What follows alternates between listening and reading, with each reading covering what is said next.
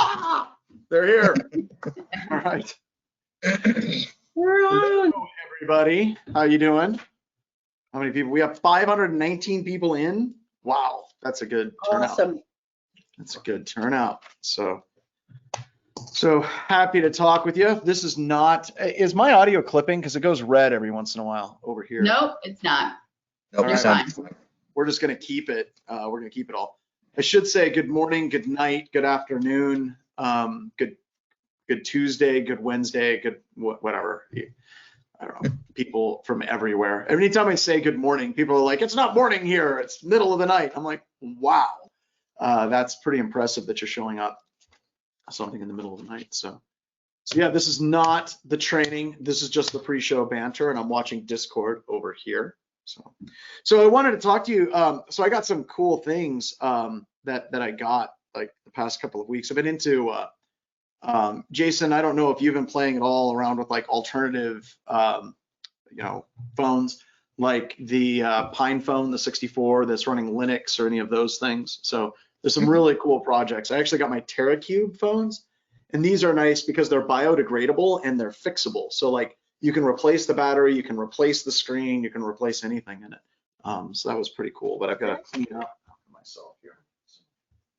And then Bella, you were talking just a couple of seconds ago about a cool webcast we have coming up with Matt Llewellyn. So who's Matt, and you want to tell people a little bit about Matt and what he does? Sure. So Matt is with Cybati, is that right? Cybati Works. I mean, Yeah. I can spell it, Cybati Works. Well, that's just Batty. That is Batty. It's crazy. So, but Matt Llewellyn is a friend of Wild West Hack Fest and Anti-Siphon Training and Black Hills Information Security. And he's also a good friend. He was a former instructor for SANS. And he's now coming to teach a training class for us at Anti-Siphon. And it's ICS. It's regarding ICS. And we'll have the training class up later today, which is really exciting, but he has a webcast, and all of you will be in training. I'm sorry. Both will be recorded though, so it will be recorded. Yep. So this will be recorded, that'll be recorded, it's all recorded all the time. Yes, you get a recording. Yep. You get a and you've been recorded. He's just a dynamic individual, and he's got, I mean, it's operational technology, OT. Let's get OT, cyber physical secured. That's the name of the webcast for tomorrow. And I'm just super excited. I was just talking with him.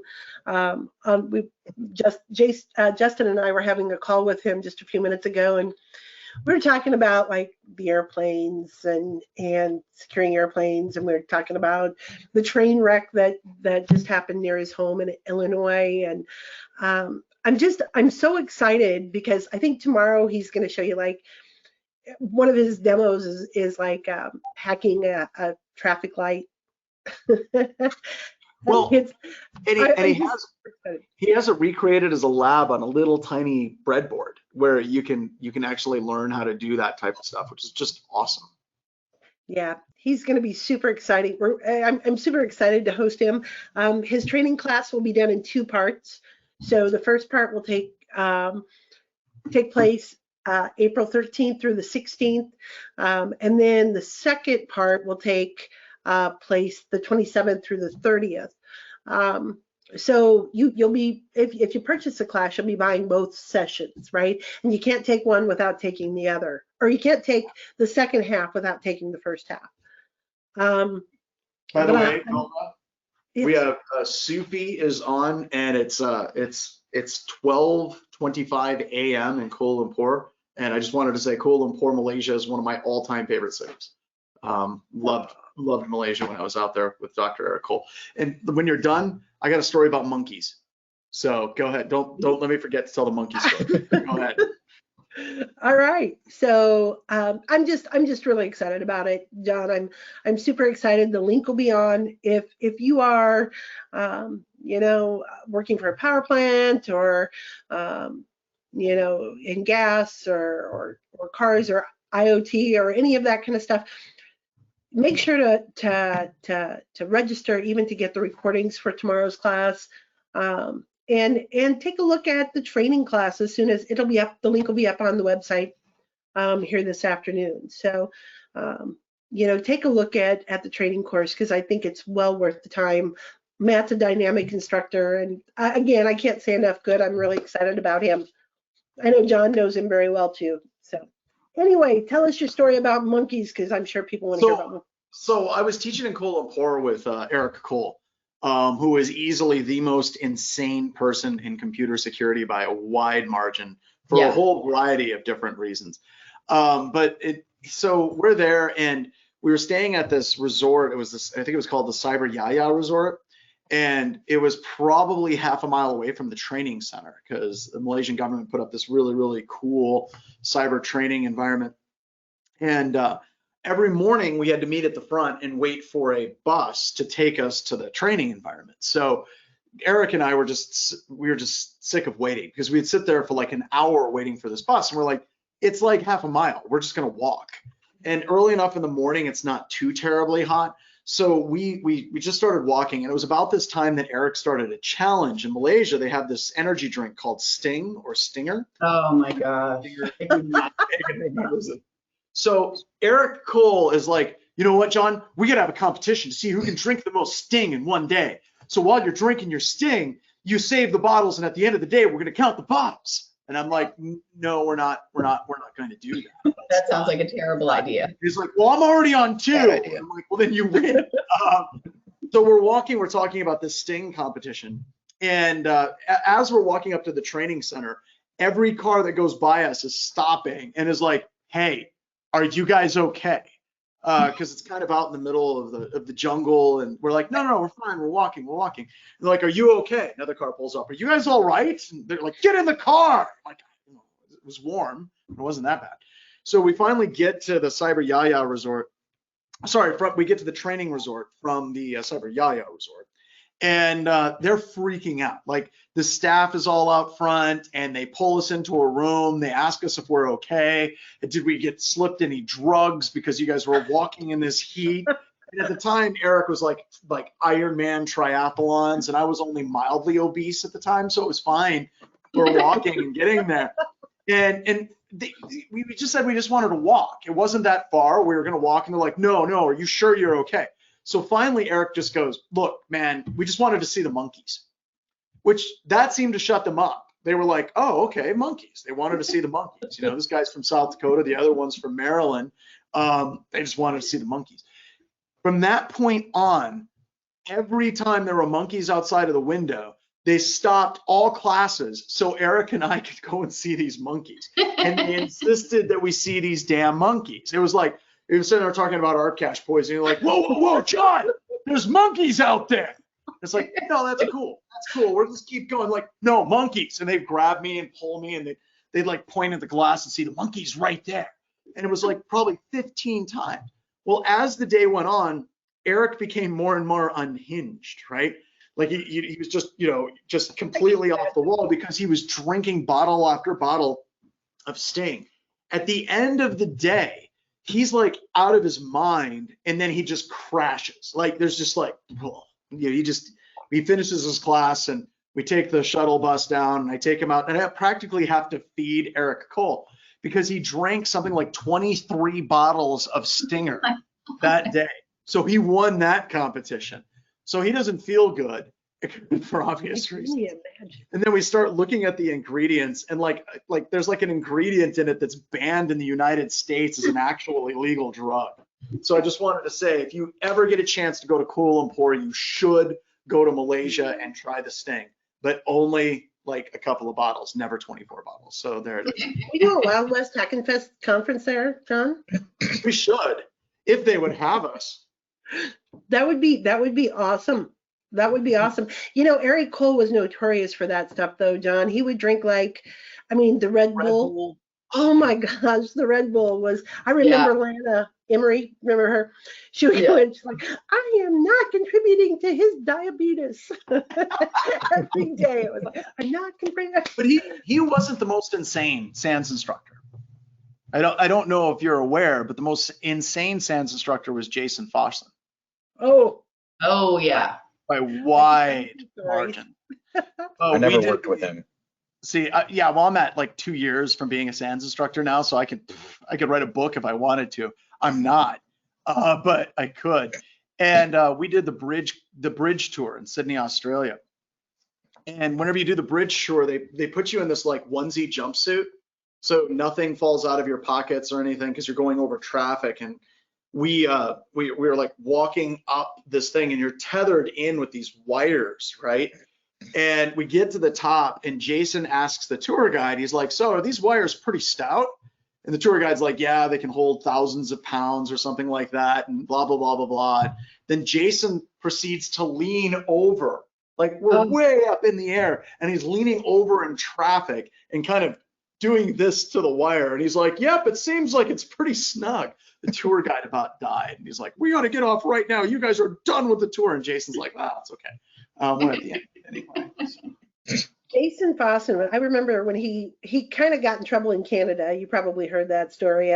Oh, where he was taking in the crates of computers, and across the border, he drove them in, and they started asking him all kinds of questions. And he said, you guys are taking this whole independent country thing way too seriously. Yeah, I remember that too. So the next time he was being sent to Canada to teach, Mhm. his passport was flagged and he couldn't get in. Of course it was. Wouldn't it be? Oh, Hold on a second. I got to go on mute. Just give me a moment. that's All fine. Check. I'm right with John, and I'm sure, Megan, that Hey, you could what's do up? the same thing too. You could probably tell some No, stories not me, too. John, we Christina. can still hear you. Sorry, Velda, what? I'm sure you could probably tell some stories right along with the rest of us on SANS, because it was Yes. always interesting. There were so many interesting things. But you know what? The one thing back to Eric Cole, the one thing I always loved about him is, you know, he would always, whenever I'd walk in to one of his classes to make an announcement or whatever, he'd always say, and this person right here, she, you know, they always say when you love what you do, you never work a day in your life. Right. And he's like, and this person gives me that opportunity to love what I do. Right. Aw, So I always, Yeah, always I mean, think the same Eric with John. is sweet guy. Little crazy, but aren't we all a little bit? See, I never got to go into any summits or anything for them. I was always just working from home, so I just dealt with everybody through, you know, just like the webcast or email. So I never got to see how crazy some of these people were. But yeah, That conference was a different, I mean, we were all so tired. We would have to get down there at like 5:30 in the morning and work until like 8, 10 o'clock at night. So it was like, it was long days, but they were so fun. So They fun. were fun. They were fun, and it was great, and it was great. A lot of great things out of it. I met a lot of great people. I know. And Jason, are you excited about today? Jason and I are both located in Nebraska, and for those of you who aren't familiar with the United States, we're like smack dab in the middle. They call us the flyover state, but we're really not. We're really awesome. Come on, don't do that. Don't do that. Anyway, Jason and I have been living in the polar vortex for the last couple of weeks, it's been terrible. and we are about 70 degrees higher than we were last week at this time, right? So Yeah. last week at this time we were like 34 below, and right now we're 46 above. That's Celsius. Or It's that's heat Fahrenheit, wave. that's Celsius. So it's like we're having a heat wave, Yeah. a tropical heat wave. I woke up this morning and I was like, oh man, it's cold. I should put my hoodie on. And then, yeah, I came over here to sit down at my desk and I was like, yeah, it's probably a good idea. I didn't. As I started watching the temperature just climb and climb and climb. Oof. Well, Saturday I had to laugh because it was like 25 degrees above zero on Saturday. And so I'm like outside driving, I'm like driving around in my little town here.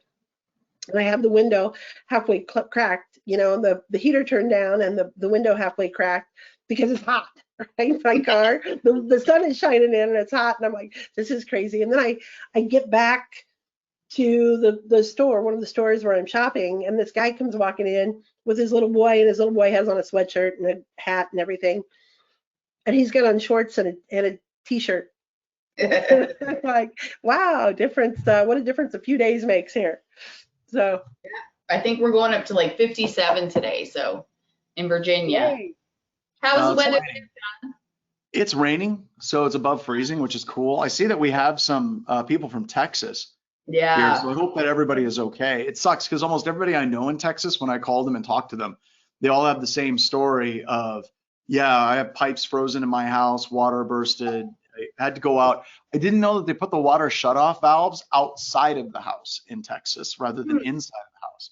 Yeah, so like Tim had to go and dig around in the snow to try to find where his shutoff valve was to shut off the water to his home. Just kind of crazy. But like I said, I hope people are okay is all. Yeah, absolutely. Absolutely. I had a conversation with Kyle Avery yesterday talking about his upcoming training class too. And he was talking about, you know, he lives in San Antonio, and he said, fortunately, it never got below like 40 degrees in his house. Oh, wow. But at night it got really cold, you know, so. You know, people joke and they're like, 40 degrees isn't that bad, but that's 40 degrees in your house. Like you're bundled up and trying to sleep in that temperature. That's cold. Yeah. We had rolling outages here last week. So Oh, you power did? outages. So Already? it was crazy. Yeah, it's kind of Crazy. weird with like all the like stuff that's going on in Texas and then down around Tampa Bay, that water treatment plant getting hacked. There's a lot of movement in the SCADA ICS industry right now. Yeah, for sure. Right. I didn't get hit with the rolling blackouts here in Nebraska. Oh, you didn't? That's good. No, they called and some automated message was like, hey, we're doing these. And I was like, oh, okay, cool.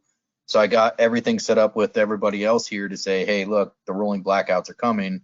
I'm probably not going to be able to, you know, be on here for a few minutes. And then they never came. So I was like, oh, all right, cool. I can deal with that.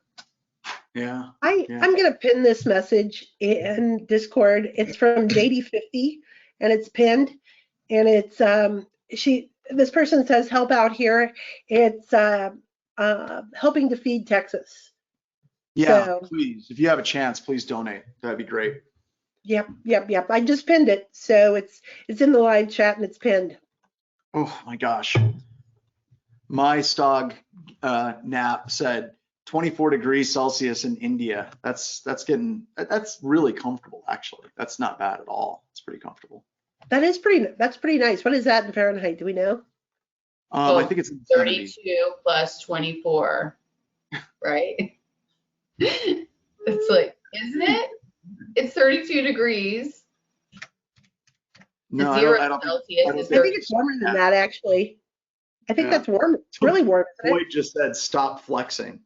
So Hey, I might know the problem. I don't know the answer. there you go. So no, it's been kind of weird. It's mid 70s is what I said. Rosie said 75-ish. So Nice. Oh, I could live with that right now. Yeah. 75. Oh, yep. Definitely. So that's good. It's kind of weird. I've been spending a lot of time in places where they use Celsius, and like if somebody says it's 24, 25, I'm like, that's comfortable. You start getting into 32, I'm like, that's getting hot. 35 is just starting to become miserable. But I don't do the translation anymore. It's just like, that's comfortable, that's cold, that's brisk. It's just kind of weird. So Are you thinking now in different measures? People are putting out the actual math to do it. So there you go. It's Fahrenheit equals freedom units. What's that temperature in freedom? So and Box Wrapper, isn't our friend Box Wrapper in South Dakota? I thought so. Isn't he our friend? But yeah, South Dakota, people are wondering like what the temperature is here because we have people from India and Saudi Arabia. So in South Dakota, we can go anywhere from about 105 degrees Fahrenheit, which is 40. I don't know what it is in Celsius. But then we can also go -20. So whenever it was really, really, really cold, and I think -20 is pretty close Celsius and Fahrenheit at that point. But we had a baby calf that was born the week before, and we lost a baby calf in the cold. It was just kind of a really, really, really rough week. Very chilly. What kind of cattle do you raise, John? We have two sets. So we have these cows, they're called milking Devons. As people are like, this is IT security, why do I care? If you ever played the game Oregon Trail in school, and you had you died of dysentery, and then you would go and hunt bears to feed your family. That was actually the cow they used back then, and they call it a triple purpose breed because you can milk it, you can eat meat, and it can also draft or pull things. And it does good at all of those, but it's not great in any one of them. And over the years, it got replaced, by a whole bunch of other cows that were better at each of those tasks. So they call it a heritage breed. They almost went extinct, and we have a bunch of those. And then the other cows that I raise are Wagyu. So if you've ever been at a restaurant or heard of Kobe beef, those are the cows. Those are the cows that I have that we're setting up. So, and by the way, I might be, my aunt and uncle are hopefully purchasing a ranch in Nebraska, and I might be part owner of that. So I might actually be partial Nebraskan here at some point. Where is it, John? Where is it located? It's in the, what do they call it? The sand hills? Sand Hills? Yeah, way, way, way over western Nebraska. That's cool. I'm wearing my red shirt in honor of Nebraska. Yes. The only color kids know in Nebraska. That's it. So more cows, more cows. That's very cool. I've been in Nebraska for majority of my life. I think I came here in like second grade. Mm-hmm. And I'm almost 40 now. So yeah, I've been here for like the main majority of my life. A long time. I don't like it. Honestly, I don't like the weather. Oh my God, now you're just angering like literally 3 people on our webcast. 2 of them. So John, Box Rapper did ask if Wagyu has a certain diet. No, they don't. Wagyu do not. Whenever you finish them, you would finish them with corn, kind of a mix of corn and grain. And if you read about them, they talk about giving them milk baths and finishing them on beer and all kinds of crazy things. And you don't necessarily need to do that. Yeah, you get a cow drunk for like the last 2 weeks of its life, just completely blitzed. It actually fattens up pretty quick. So how to hack into farming? How to hack into farming? I don't know about that. So I think I told you my son is a big farmer here, right? He's got like between 2,000 and 3,000 acres of row crop that he farms, and he's like, I love my GPS on his tractor. So Raven Technologies is the company that actually does a lot of that GPS stuff, and they're based out of one of their offices was based out of next door to ours in Rapid, which is pretty cool. They had the stuff that drove the tractors automatically, around the flat field. So you can literally sit in the tractor and just like play, Fruit Ninja on your phone while the tractor drives itself until a comet comes. Once a comet comes, if we're in the tail of the comet, then all of the machines simultaneously start trying to kill us to the soundtrack of AC/DC. So you have to be careful whenever those machines try to kill us all. So. Very cool. Very cool. Well, we've got about 15 minutes here to the start of class. And we have a guy that works for Farm Credit Services. Welcome. Yeah. Hey, y'all, Oregon Trail. My computer teacher in the 4th grade used to hide it from us because we never did her task. Instead, we played Oregon Trail all the time. You know what? I'm so old. When the very first computer was an Apple that we got when I was a senior in high school, and that was the only thing that was on it was the Oregon Trail, and we were all scared to touch it. That devil box. That's how old I'm old, but it's okay. I went to a small school. I graduated with 20. 10 girls, 10 boys. Dang. That's so funny. I'm gonna try one of these breaks. I actually found my very first video game I ever played. It was called Trek, and I've got it installed on my notebook. I'll install it on this system, and I'll show how I played it. But it was actually Star Trek, where you would move in quadrants, and it was all text based. There was no like animation, and I'll get that up and running for people so we can share that a little bit later. It's funny. We actually had a Commodore 64. That's how old I am. Oh yeah. Wow. So Yep. you would That write Commodore? like, yeah, so you would have this code book and you would enter this like 45-page code and then like expect magic to happen and it would be like a rainbow across the screen. And that was it. Yep. And it was like, seriously? I just spent like days checking and double checking.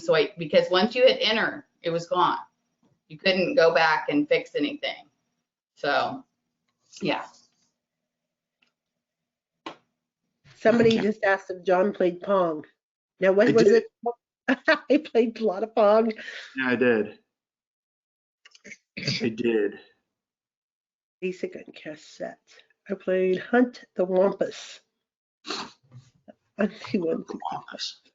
Oh, crazy. Oh no, this is a Python version of it. No, I'm not gonna play with the Python version. I'll find it during one of the breaks whenever we set up, and I'll play it for you off because it's cool. It's really cool. My favorite game as a kid was Pitfall on the Atari. Yes, that was a good game. I like Journey, the Journey one, because the music was good. It's good. Somebody was talking about in television. I played the space game constantly, and they also had a castle game where you would go and explore a castle, which is cool.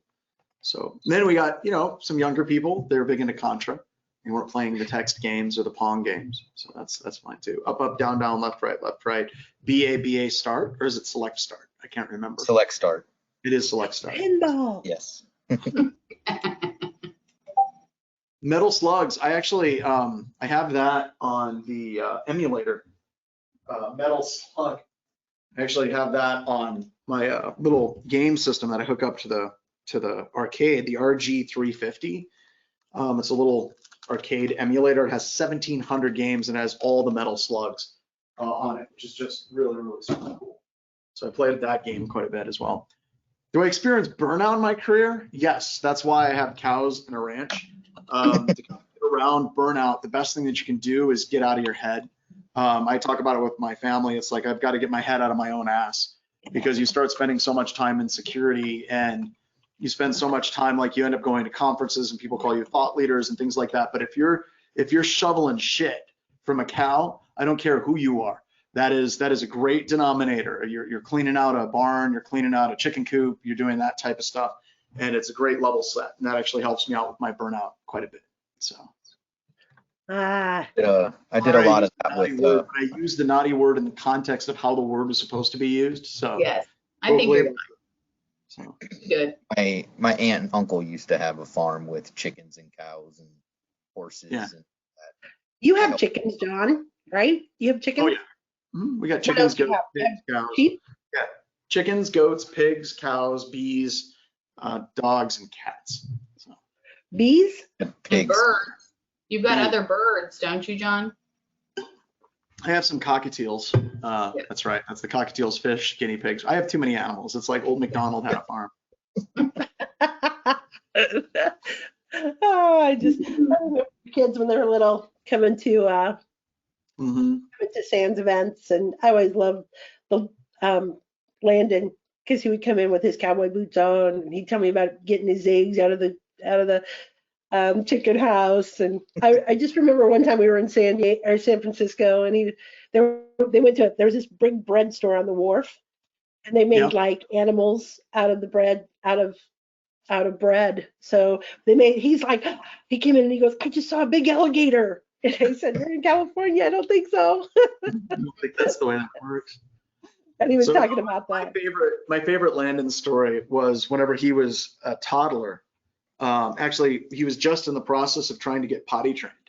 And yeah, he was so excited because he's not wearing diapers, right? He's migrated up to underwear, and that's just it. And I remember we're on a Canadair regional jet 700, and he goes into the back of the airplane, and we're kind of in the middle of the airplane by the exit row to go potty by himself. And it's like, that's a big thing. He's on an airplane, he's going to the bathroom by himself, and he's in the back of the airplane, and he opens the door while he's sitting on the toilet and shouts, "Dad, Dad, I need a courtesy wipe." It's like, oh my God. So I walked all the way to the back of the airplane with all these people laughing, and I had to give him a courtesy wipe, because that's what we called it, just to make sure that everything was taken care of back there. And then, I'm like, okay, so get dressed, son. And then I go back and I sit down at the table, and I'm just like, good night, that's embarrassing. And I hear people start laughing behind me. I turn around, and he's just kind of strutting up the aisle, and he's only wearing his underwear and his cowboy boots. He left all of his other clothes on the floor of the bathroom. And he just kind of like plopped up right next to me, put a seatbelt on, and just like grabbed a magazine. And I'm like, okay, well, I'm gonna go back to clothes now. So. It's so funny. Oh, he's so personable. I remember the first Wild West Tackle Fest.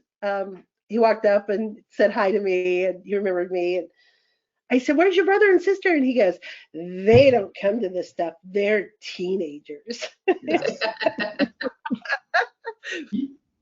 So Raz was asking, do you let your farm animals live their max life or butcher at a prime age? So this gets into one of the problems, so it's weird. There's a lot of people that are like, they have very strong feelings on animals and stuff like that. I respect that because it is difficult. Like I've been there, I pulled calves out, basically kept them warm through nights, whenever it was -20 and tried to keep them alive, and you get really attached to them. And a lot of times they just become a-holes once they get to full adults, which is a whole nother story. But so like with the chickens, we aren't slaughtering them for meat, they're for eggs. So we aren't doing that because a chicken is like an amazing magical creature. It's just like brings you breakfast every morning. You're like, this is so cool. But like a lot of the cows and stuff, that's a lot more difficult because we actually do name the cows, and I've raised the cows, and it is difficult to take them in whenever we do actually process those. So a lot of them we do process, but a lot of them we sell to other farms. And then our Devons are actually milking Devons. So we do a lot of selling the males off, and then they become bulls in other places, and then the females we keep for milking. So yeah, it's tough. It's really, really tough. It's one of those things where, I can't just sit here and be like, I like meat and I like killing my animals, because I don't. I really don't. Pigs are even harder. Like a cow gets to the point where it's like stupid and it's just trying to kill you a lot of the times just for fun. And pigs, they're like dogs, and they'll like snuggle up with you when you're working on equipment in the shop. They'll hang out. That's a lot more difficult to do. So I don't think I would be a very good farmer. I think I would end up I wouldn't be able to do it, I don't think. My son. No, I'm a fan of meat. I just like to pretend. Yeah. It just magically appears in a little styrofoam thing. My son did show cattle, right? So you'd take them to shows and you'd dress them up, and then you'd wash it all out, and then you'd do it all over. But you have to do things. Is that cow wearing an ascot? Why, yeah. Totally. They have those fancy Nebraskan cows. We did. They're called crossbred Angus. Anyway, no, he always loved the PETA people. Who the PETA is like, they're against animal cruelty and humane. When you do butcher or when you do, they're all about humane ways to do things, right? But their acronym is PETA, right? So my son, his favorite line was to walk right up there and say, "Are you really people eating tasty meat?" Tasty animals. For those of you that aren't familiar, welcome to the Midwest.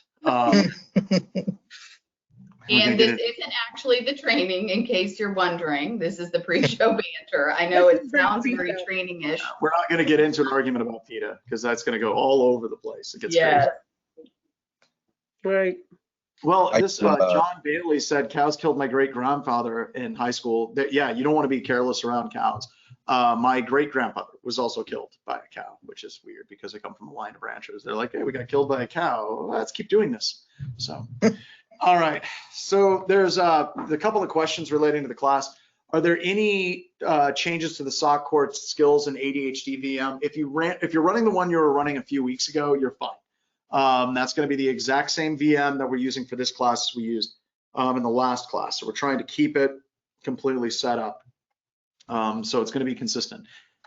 This is not a cow training class. We're going to move on from animal husbandry.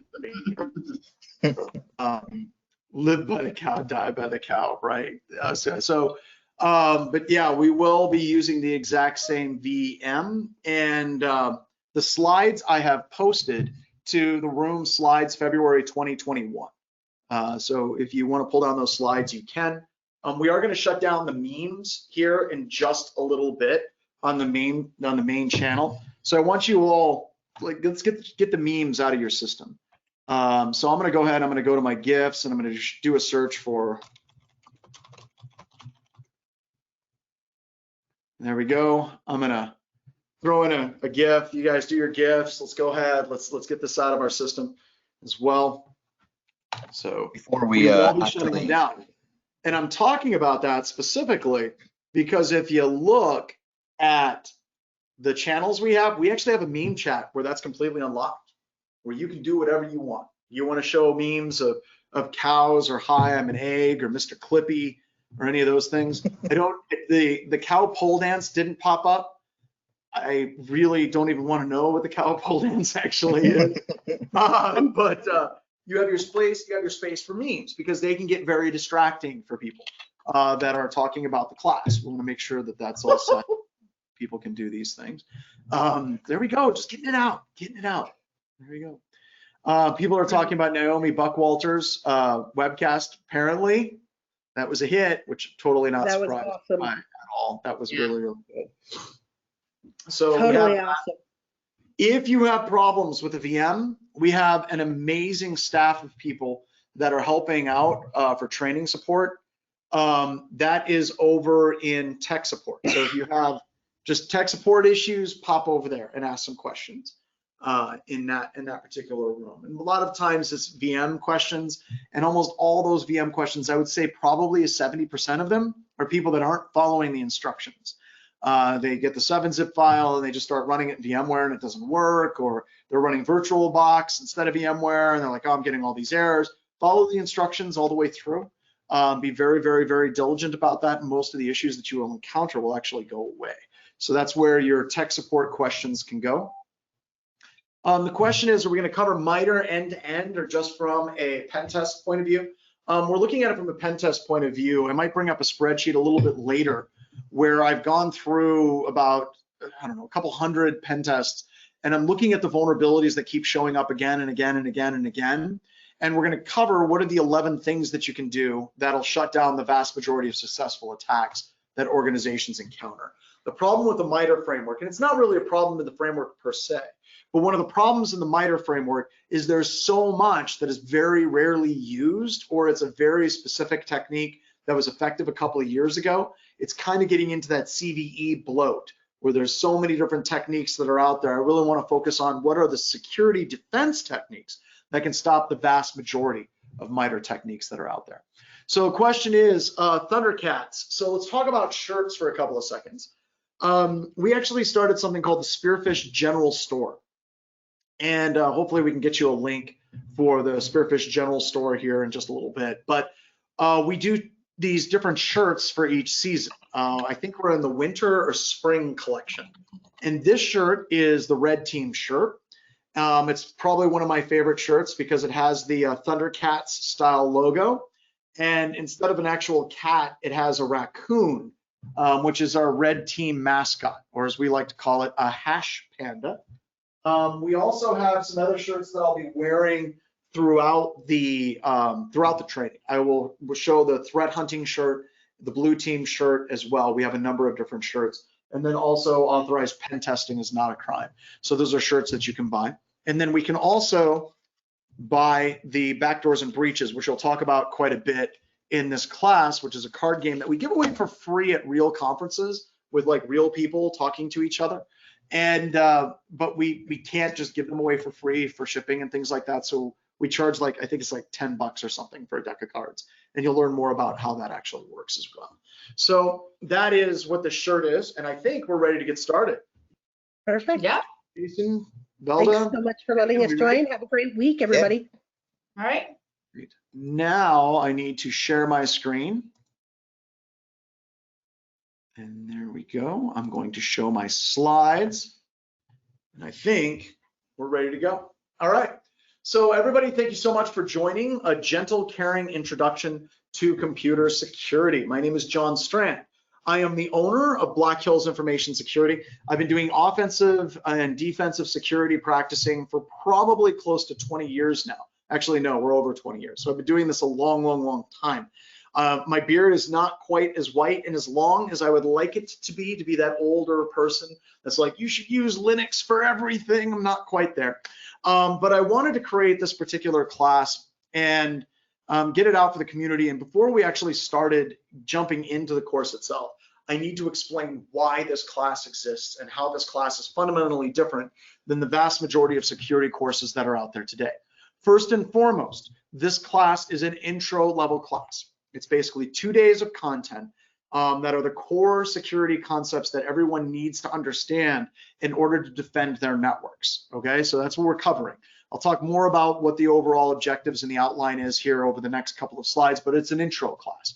So if you're here and you see me talking about, you know, basic whitelisting or allow listing of applications, you're like, this is basic. Yeah, it's an intro to security. It is absolutely an intro level course. It is not the most basic intro level course that we have. That class is Intro to SOC Analyst Skills. We did that about 2 months ago, or sorry, 2 weeks ago. We did that particular course for 2021. So it's an intro course. The other thing that's interesting about this course is this class is a pay what you can class. And I want to explain what we mean by a pay what you can class. So if you look at when you registered, we set up a pricing model all the way from, you could pay a full rate, which is something like $4.95, all the way down to nothing. And you could send us an email, talk about where you're coming from and where you want to go in your career, and you would get a discount code that would get you the class for free. Why do we do that?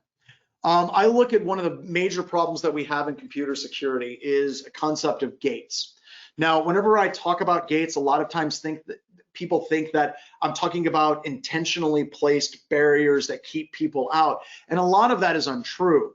But if you look at computer security, gates have been created nonetheless.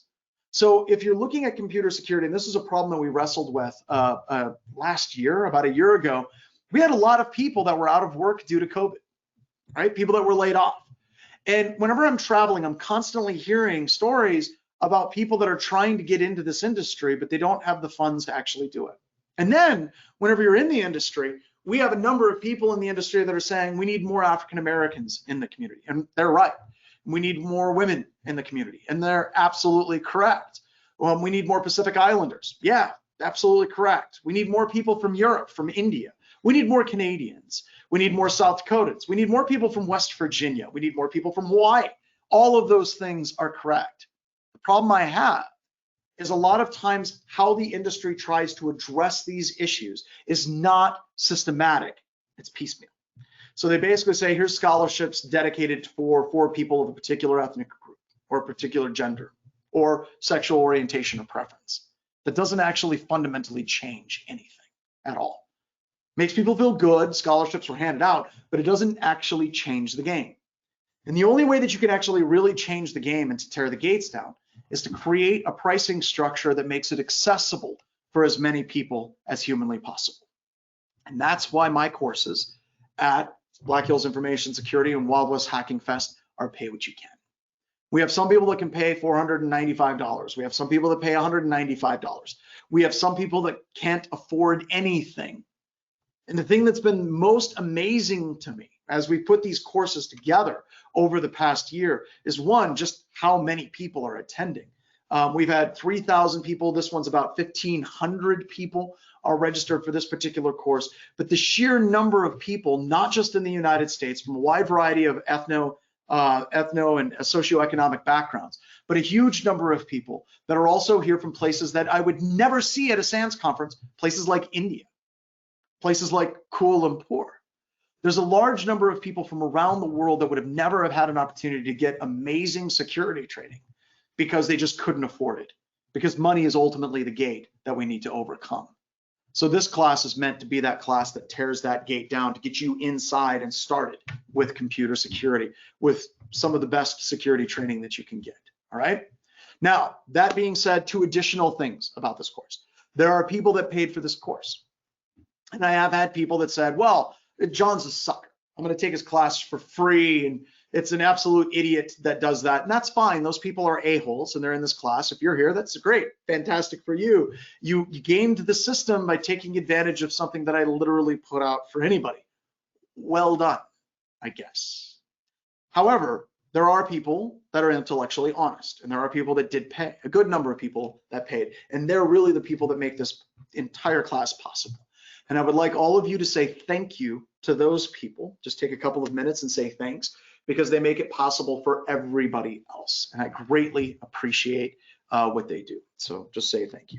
Now, also, I will say there's a cyber range associated with this course where the people that paid over $195 got access to our cyber range in addition to the class itself. And our cyber range that we have has a whole bunch of different challenges on crypto, penetration testing, cyber deception, web exploitation, forensics. And you can basically go through these challenges, and some of them are very easy. Some of them are far more difficult challenges to actually work through. And one of the things that I really like about the cyber range is it isn't about trying to make things as obscure as you possibly can.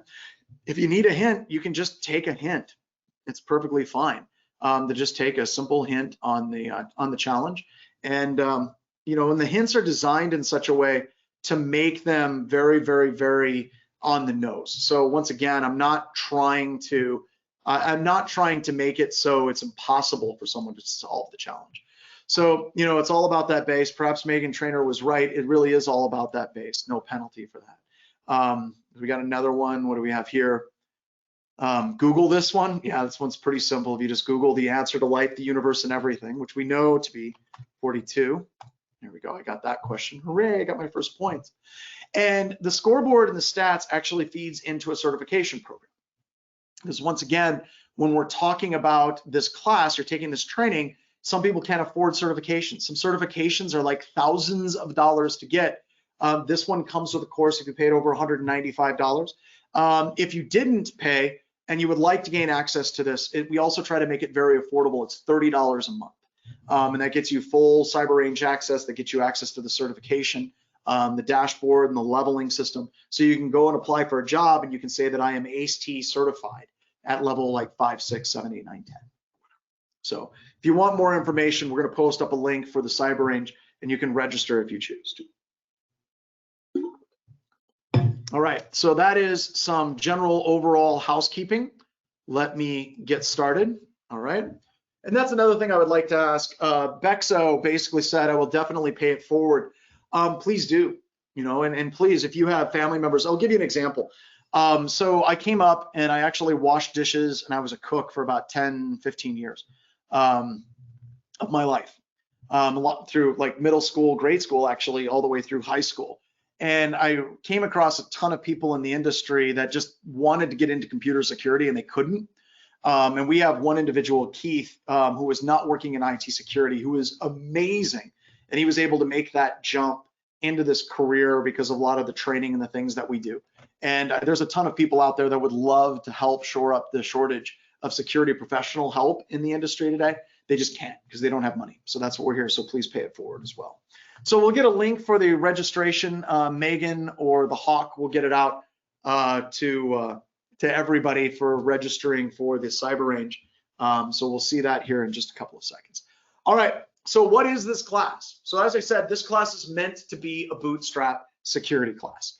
I'm not going to go through a whole bunch of fundamentals, and I'll talk about that on the next slide. We cover that in the Pay What You Can SOC class. But we're going to cover what are the core things that you have to do to defend your network and your systems right now, the things that actually do matter as much as we possibly can. All right, so we're not going to get into a whole bunch of weird esoteric things dealing with encryption. That's not what we're going to do. But we're going to be going through what are the top 11 things that your organization can do and you can do to defend the networks that you're dealing with. Because we have a lot of people that are single person IT individuals working for small credit unions or small medical institutions where they're doing systems administration and they're doing security. They don't know what actually matters, what is the important things that they should or should not be doing.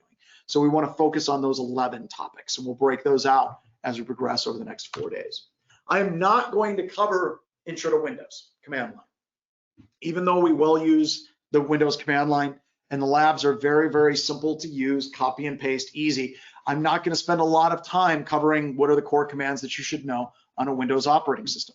I'm not going to spend a lot of time as an intro to what Linux is or TCP/IP is. I'm not. I just not. That's covered in our Intro to Security Operations Center class, which we run once a quarter, okay? I'm not gonna be covering Intro to Crypto.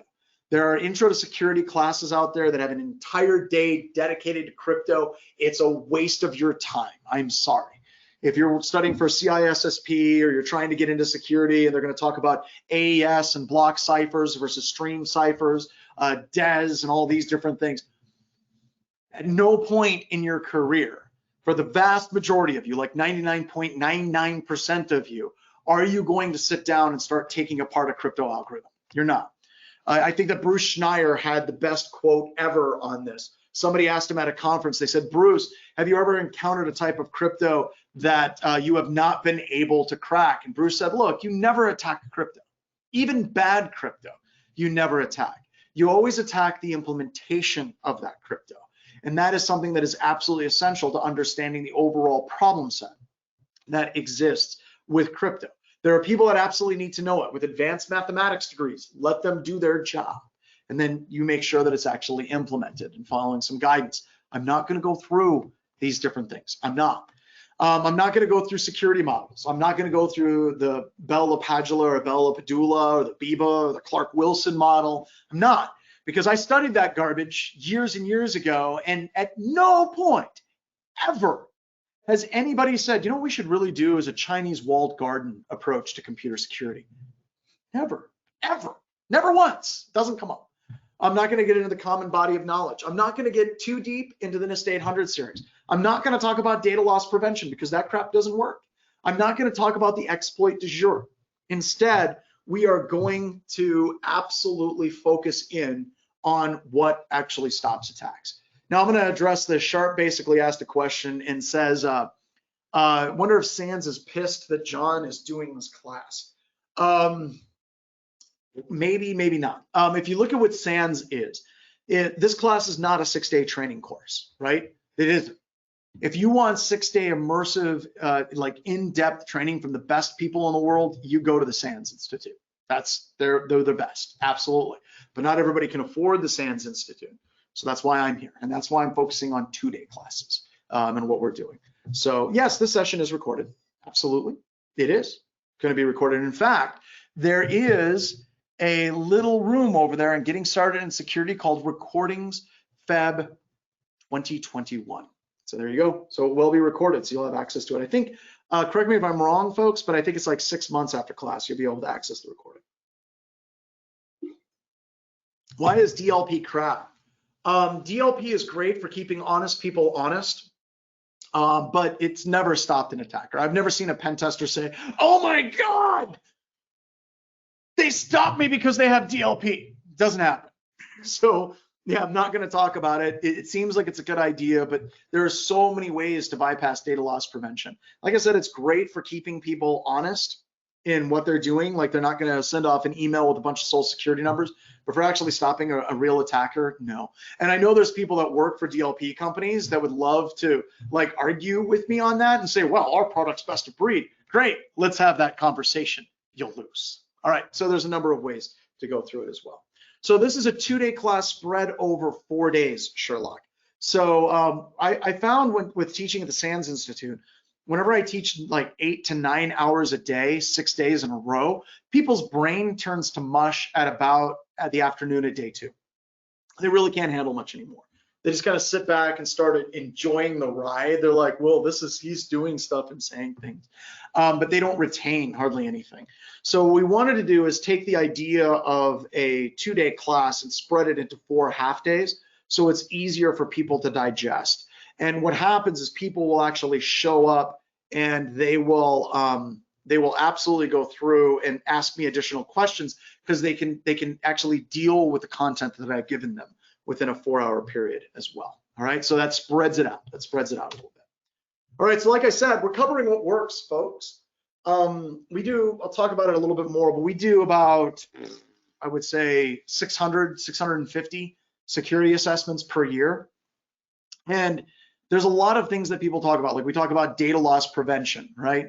And that just doesn't seem to factor in as a defensive approach that seems to work in what we're actually doing and breaking into organizations. And also, this isn't just me in Black Hills Information Security. This is conversation I have with other pen testing firms like Secure Ideas and Guardians, TrustedSec, Voodoo Security, right? These are all firms that I know pretty well. And I talk with the owners of these companies because we literally are like a support group of, InfoSec alcoholics that are just like, dude, I ran into this customer the other day and he didn't want to sign the indemnification clause because he wanted me to take full liability for anything that happened in their network that week. We deal with that all the time, and it helps to have friends that you can talk to. So a lot of these things are set up in such a way. By the way, Captain Lucalis, I want to talk about DLP and encrypting emails. You can actually use that as a very effective way of getting malware to someone. You basically send it from an Outlook account to an Outlook account, you encrypt it. That means that any of the different security settings that actually look at the email to protect any macros from coming through don't work. So we actually use some of those settings against organizations. So these things are all about what we see works and actually stopping attackers and people that are doing red teaming operations on a daily basis as well. So also about VirtualBox. You can use VirtualBox as kind of like that last resort. And I know there's people that love VirtualBox, but VirtualBox has a failure rate of about 15 to 20% whenever I run in these classes. And it may not sound like that big of a deal, but 15 to 20% over 1,000 people is 200 people that would have some type of issue. So that's a big error rate. VMware does have an error rate, but it's much, much, much lower. And the vast majority of the errors that we get from VMware are people that are using Mac. And it's kind of frightening because Mac put all these security protections. You got to go to accessibility features and allow it to do stuff. So it's a little bit terrifying to actually get it running there. But we stick with VMware because it just tends to have better support, it tends to work better. And VM Player is free as well. All right, so why we're covering these things, like I said, I started tracking. Oh, that's not entirely true. I had a number of interns start tracking the types of vulnerabilities that we were discovering in our penetration tests. And we do over 650 of these assessments per year.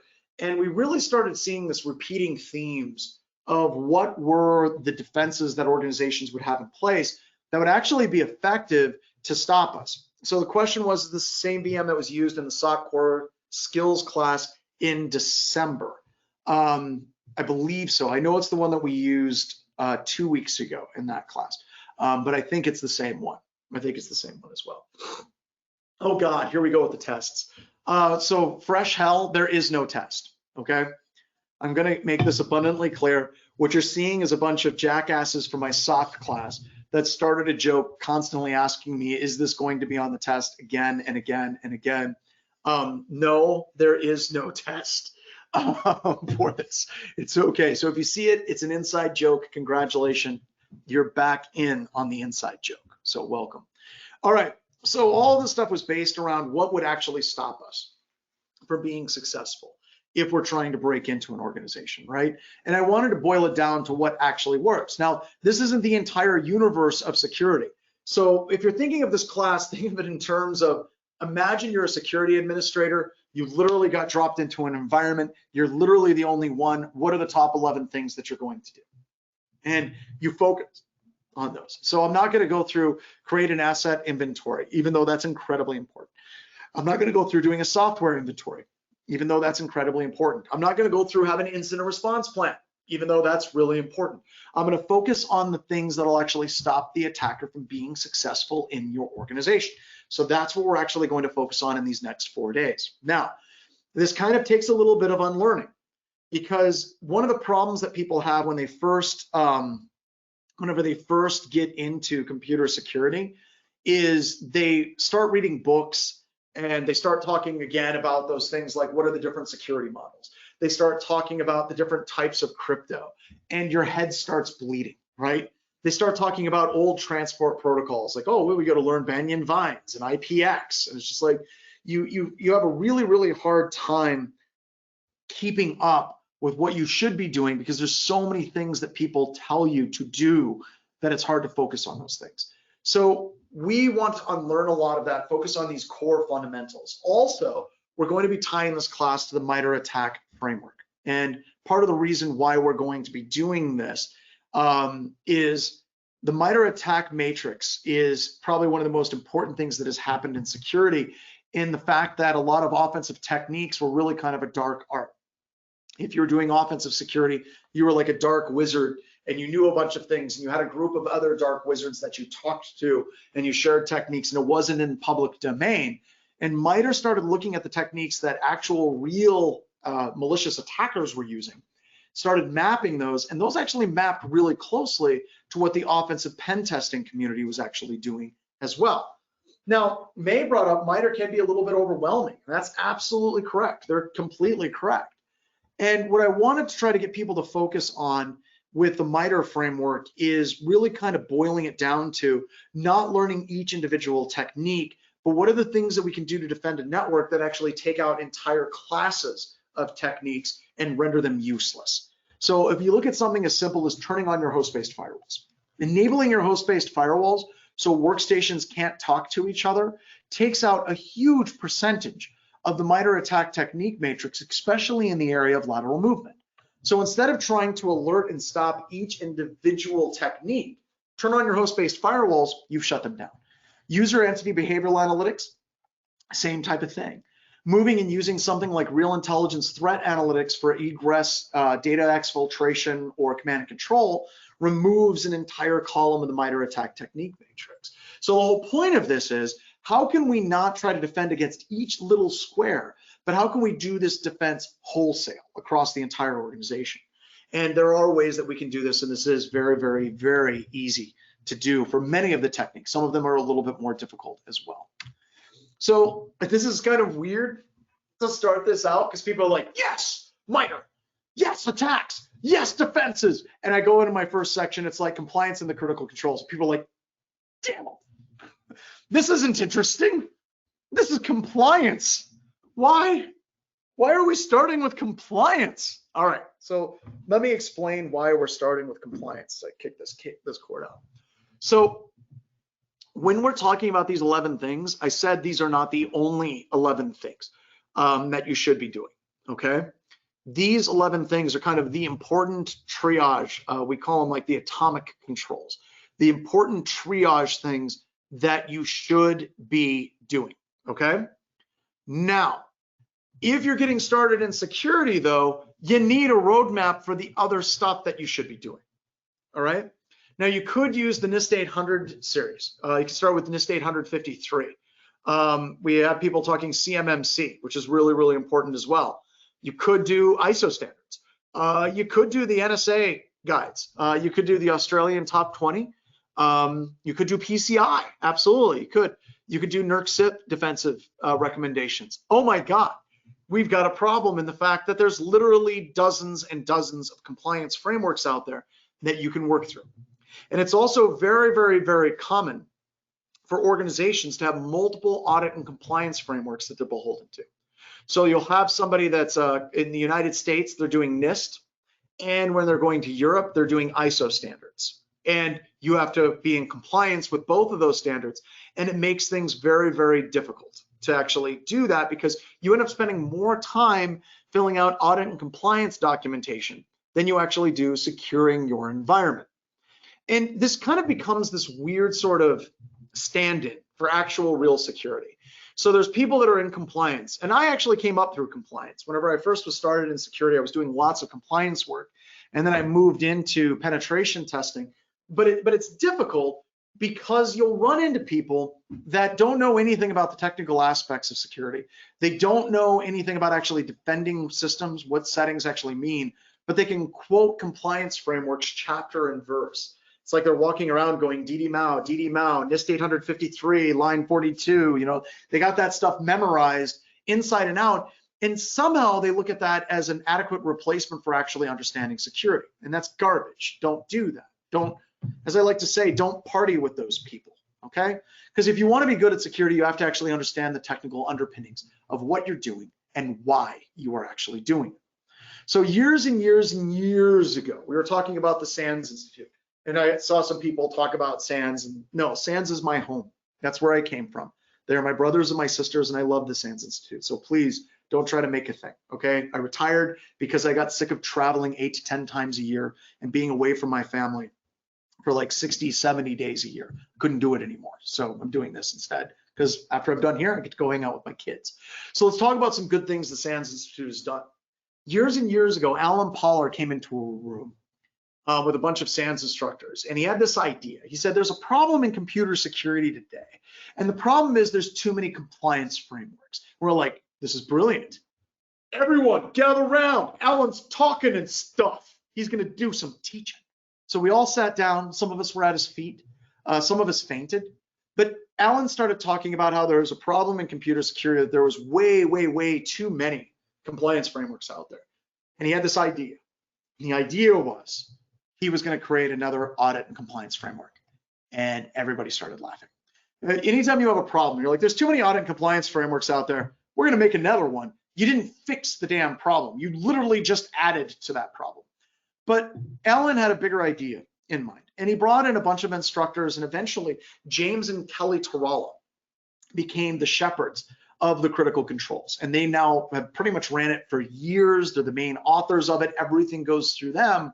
But the idea of the 20 critical controls was to boil it down to securing an organization into simple concepts. So they basically took all of these different frameworks and all of these different conflicting recommendations, and they basically tried to boil it down to things that made sense and were timeless. Some of the audit frameworks from years ago, they would talk about, you need to make sure that your operating system is using secure object reuse. And I remember being on a project at Northrop Grumman and Department of Defense where we scrambled around, is Windows using secure object reuse? What the hell does that mean? And it had to do with how the operating system freed up memory and then allocated and cleared that memory before letting another application use it. That's crazy. It was important in the 90s and the 80s, but modern operating systems handle that for you. But yet we would get caught up in the weeds, but that seemed important at the time, but then it became less important over time. So we really wanted to get into something that was more timeless, that was actually directly related to stopping attacks, much like this class. The problem that you run into in compliance frameworks is many times you'll run into an issue like the NIST Green Book, where the NIST Green Book talks about password complexity. And it says that your password should be 8 characters long. And that came out in 1985. And they were worried about an attacker doing a password spray against a portal using a 300K baud modem. Sorry, baud bottom. I made a new word. There we go. 300K baud modem. And it really is not applicable today, but yet that 8-character password carried forward for years, right? Because if they did it in the NIST Green Book series in the 80s, and then they updated it with other NIST frameworks, you keep stealing that idea and it just keeps going forward again and again and again, to the point where now the PCI minimum password length, I think, is still like 7 characters for payment card industry. Are you freaking kidding me? So you run into this trap where these compliance frameworks continue to carry forward. So you never want to look at a compliance framework as a roadmap for how to secure your environments and meeting that absolute minimum. You look at it for guidance to put you in the right direction as well. All right, so audit scripts. So James and Kelly and their team have created these spreadsheets, all right? Now, I want to share with you a couple of the different spreadsheets and why they're so awesome. All right, you all should be able to see I'm going to kill my camera. There we go. You all should be able to see my my screen here. And I want to kind of walk through what this does. And by the way, you can get this at Audit Scripts.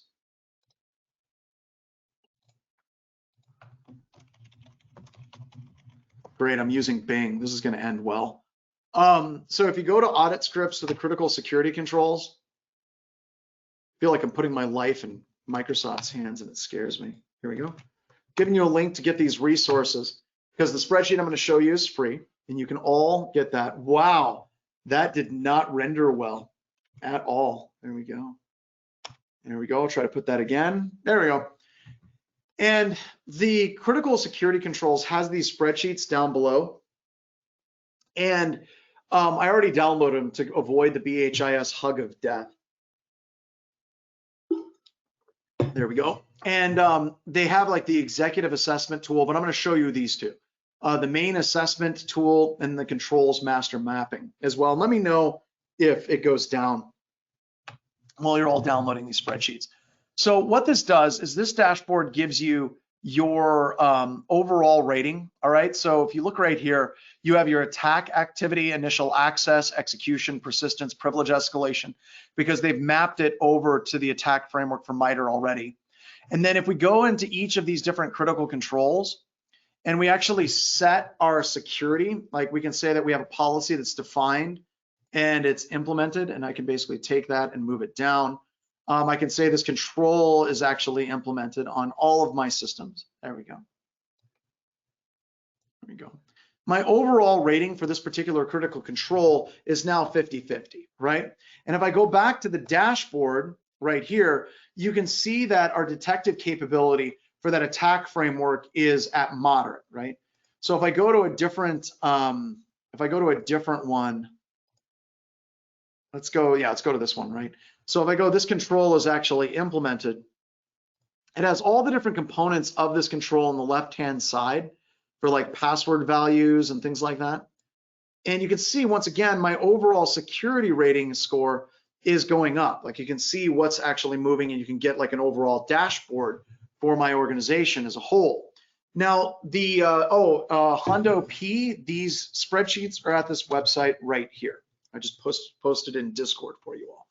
So that's cool in and of itself. So you get your maturity rating, you get your rating on how it actually relates over to the MITRE ATT&CK technique matrix, and this becomes your roadmap beyond this class. So you would start with like the kind of atomic controls that we cover here, we like to call them that. You start with these 11 things, and then you start building out and you start filling in the rest of your gaps using the 20 critical controls from James and Kelly Tarala at Enclave Security. And this is free. And this gets in once a point that I'm just so grateful that you have people like James and Kelly Tarala that I've taught with for years at the SANS Institute that have this huge, huge commitment to actually releasing things to the community for free. Because there are tools out there that do this that cost tens of thousands of dollars, and this spreadsheet works better than most of them, okay, for tracking your overall compliance. So whenever you're looking at this, so we'll talk about the MITRE ATT&CK framework here in just a couple of seconds, but the MITRE ATT&CK framework is a whole bunch of different attack techniques, okay? So it's like this taxonomy of what a hacker can do or a malicious attacker can do against your environment, and this allows you to take your defenses and cross-reference those over to the different techniques that attackers will use as well. So you talk about all these controls, it's not that bad actually. Like if you look at a lot of these controls, they're not horribly onerous. And if you start with some of the basic ones and you work your way up, it's actually not that bad. And this class is going to help you actually get a lot of these controls in. And some of the controls are like get pen tests. That's one control group. Another control is make sure people are trained. So you have these types of things that you can work with as well. So that's the first spreadsheet. The next spreadsheet I wanted to show you is what I think is the absolute coolest thing ever, up until the new one that's coming out in about a month or so. So we go back to that core problem of there being too many compliance frameworks, right? So you have compliance frameworks like we talked about NIST, we talked about ISO, we talked about PCI, you talk about NERC-CIP, HIPAA, all of these different security frameworks all over the world. So what James and Kelly did is they took the different critical controls and they mapped those controls across all of the other different frameworks, okay? So here you have it cross-referenced to NIST 853. We've got the NIST SMB guide. We've got the Department of Homeland Security CDM, ISO standards. We have the NSA MNP, anti-terrorism guides, NSA top 10, GCHQ 10 steps from the UK, PCI DSS, multiple versions of PCI DSS, HIPAA controls, FFEIC for small credit unions and banks, COBIT standards for security. They're all here. So what this basically does is this turns it into a Rosetta Stone. All right. So if you map your organization to the 20 critical controls, you can then map everything over to the other different frameworks that exist out there.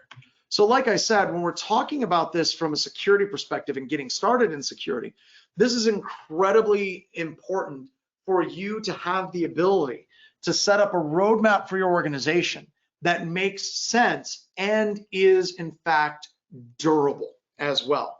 So Reptil RPTL said, oh, this is a poop load or a crap load of work to compile this respect. Stay tuned, it gets worse. So just sit tight. All right, so I already talked about the spreadsheets and how to tie this together as well. So we got these two spreadsheets, we went through it. This is the future, folks. This is what they're going to.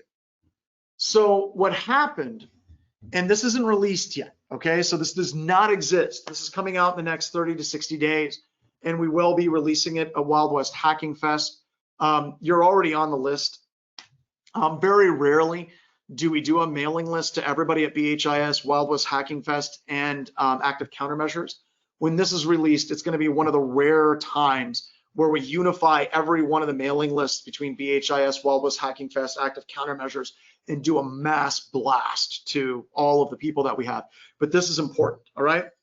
So what they did is they basically took something, they call it the common controls. So they looked at all of these different audit frameworks and the critical security controls, and they boiled it down to common controls that exist across every single framework that's out there, or through the majority of the different frameworks out there. So how do they get 100% coverage across all these frameworks? And they found out that if you actually have about, I think it's like 180 controls are what they've found. If you actually map to these 180 control references, and you can see right there, you can see the control reference ID. So you got Gov 1, 2, 3, 4, 5. There's about 180 of them last I checked, okay? And that particular control in detail basically maps to every other one of these audit frameworks. It's a more fine mapping to the different frameworks than what the critical control master mapping did. So consider it a master mapping that is really, really, really in depth. So instead of trying to match thousands of things or even multiple hundreds of things, it's boiling it down to 180 things that get you almost 100% coverage of every single framework, and it actually maps it to the individual framework and then the additional subsection within that framework as well. All right, so that's the future of what James and Kelly Trewalla are working on right now. And then it also gets into this weird thing that we're going to talk about on the webcast that James found out is when you're looking at, oh, this is scary, but you guys might be somewhat hard to see, but do you see patch management system? So how many of the different frameworks out there do you think have a patch management requirement that say thou shall have patch management? You would think that would be 100%. But if you look at patch management, common controls, it was only 3 frameworks that went through and talked about having a patch management process in your organization. 3. You have the CIS controls for the Center for Internet Security Critical Controls, and there was a couple others. It wasn't in the NIST CSF. It wasn't in the ISO standards. It wasn't in the NIST 871. It wasn't in the NIST privacy framework. So what they're discovering with this is they're discovering that there's huge gaps in the different frameworks that exist. So this is what actually is coming up. So I've given you links to 2 separate spreadsheets that'll give you a more in-depth and detailed roadmap on what to do with your security program beyond this 2-day class and the 11 things that we talk about,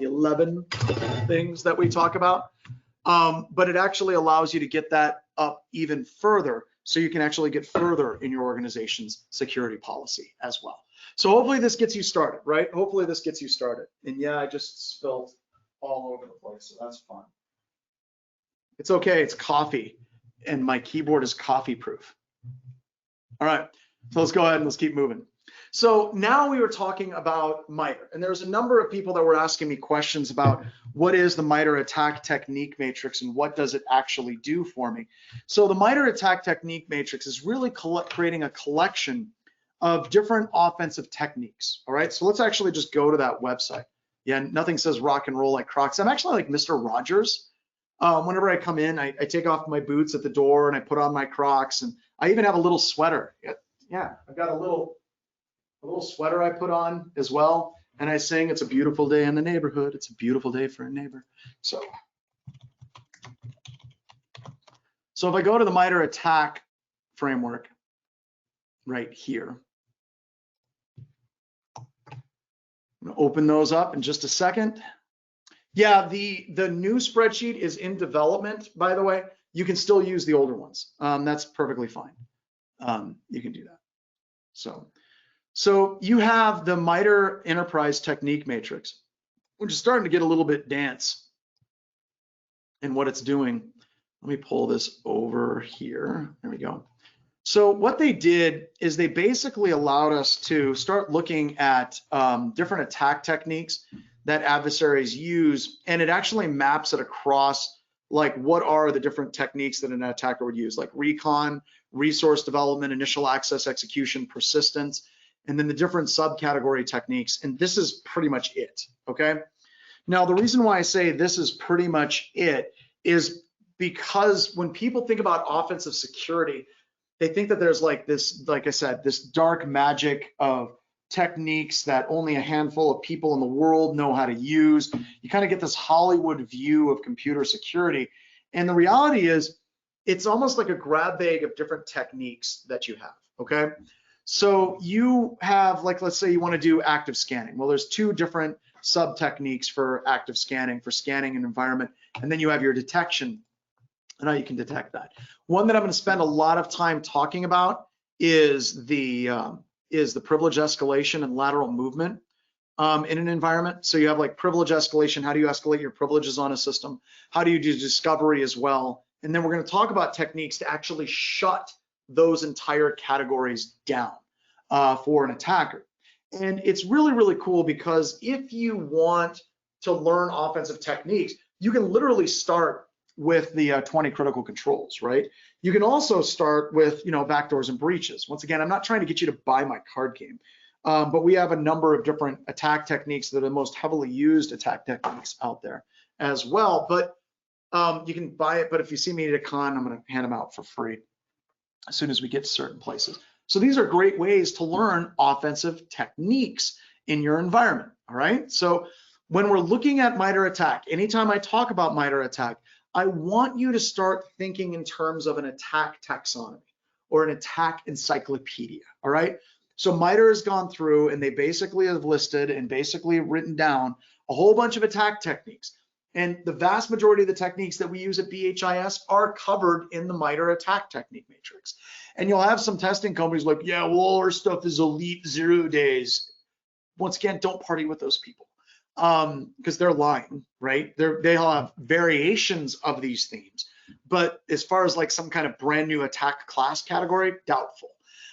So this is an attack taxonomy or an encyclopedia. And we're going to use this as kind of our roadmap for this class. As we apply the different defensive techniques, I'm going to talk about what are the classes of techniques that the MITRE attack technique matrix would be defended against in your environment as well. So that's really where this actually ties. So if anybody has any questions about MITRE and how it works in this class, please let me know. Also, I'm super excited. The team at MITRE has created something called MITRE Shield that is all about active defense and cyber deception. And my next class, it's going to be about a month from now, the cyber deception course, Pay What You Can, is going to be mapped to MITRE Shield as well. And I actually have some people that are former employees and current employees of MITRE that are actually helping that class get mapped properly. So really, really super excited about that as well. So be on the lookout. We can get you a link to that class as well. The next one in the series is cyber deception, active defense, and we cover all the things to make an attacker's life miserable and actually tracking those attackers as well. So check that out. All right, so MITRE and the critical controls. In the background of your spreadsheet, there's a street that's mapping all of the different control objectives to specific MITRE attack techniques. So if you remember with that spreadsheet, it basically went down and said, here are all the different MITRE attack phases, and then your overall susceptibility to those phases. So if I open up those spreadsheets again, just open up Excel and this one right here. So you can see right here on this left-hand side, it's already mapped to the attack activity, right? So this is built into the spreadsheet. So if you want to have a security program, game changer, are you going to touch on cyber kill chain? That's another inside joke. I don't like the cyber kill chain. I'm not going to get into that rant right now. I will later. Absolutely. I will get into that rant a little bit later. But the reason why I kind of hate the cyber kill chain is Lockheed Martin developed this thing called kill chain, and then they trademarked it. And their whole philosophy is the cyber kill chain is know what the attackers do and then defend against that stuff. That's literally defense. So a little bit frustrating, but management understands the cyber kill chain and how it actually works. So all of this actually applies. If you look at what we have in the MITRE attack technique matrix and how that works, this is literally the cyber kill chain, right? So you're going to have recon, let me go enterprise. So you're going to have the recon, reconnaissance, development of resources, initial access, execution, persistence, privilege escalation. That going left from right is actually a cyber kill chain. All the different defensive, or excuse me, all the different offensive takes that an attacker would actually go through as well. So some pretty cool stuff that you can work with. And by the way, I like Attack IQ. UCW just shared a cool link. They've got a lot of cool free resources that they're releasing out there. I'm a sucker for any company that is constantly giving back to the community as a whole. Now, I would say kill chain equals attackers gonna attack, and we're gonna learn how they attack, and we're gonna defend against those attacks as well. No, this is not gonna be part of the test. All right, so whenever we're looking at these, like how this applies to this course, what are the things we're gonna focus on, right? And we call it the atomic controls. Because you have the atomic red team from Red Canary, you have the critical controls. So we wanted to boil it down to the 11 things that you should do that are going to actually shut down a lot of different attacks that are out there, okay? So here we go. The first one we're going to talk about is application allow listing.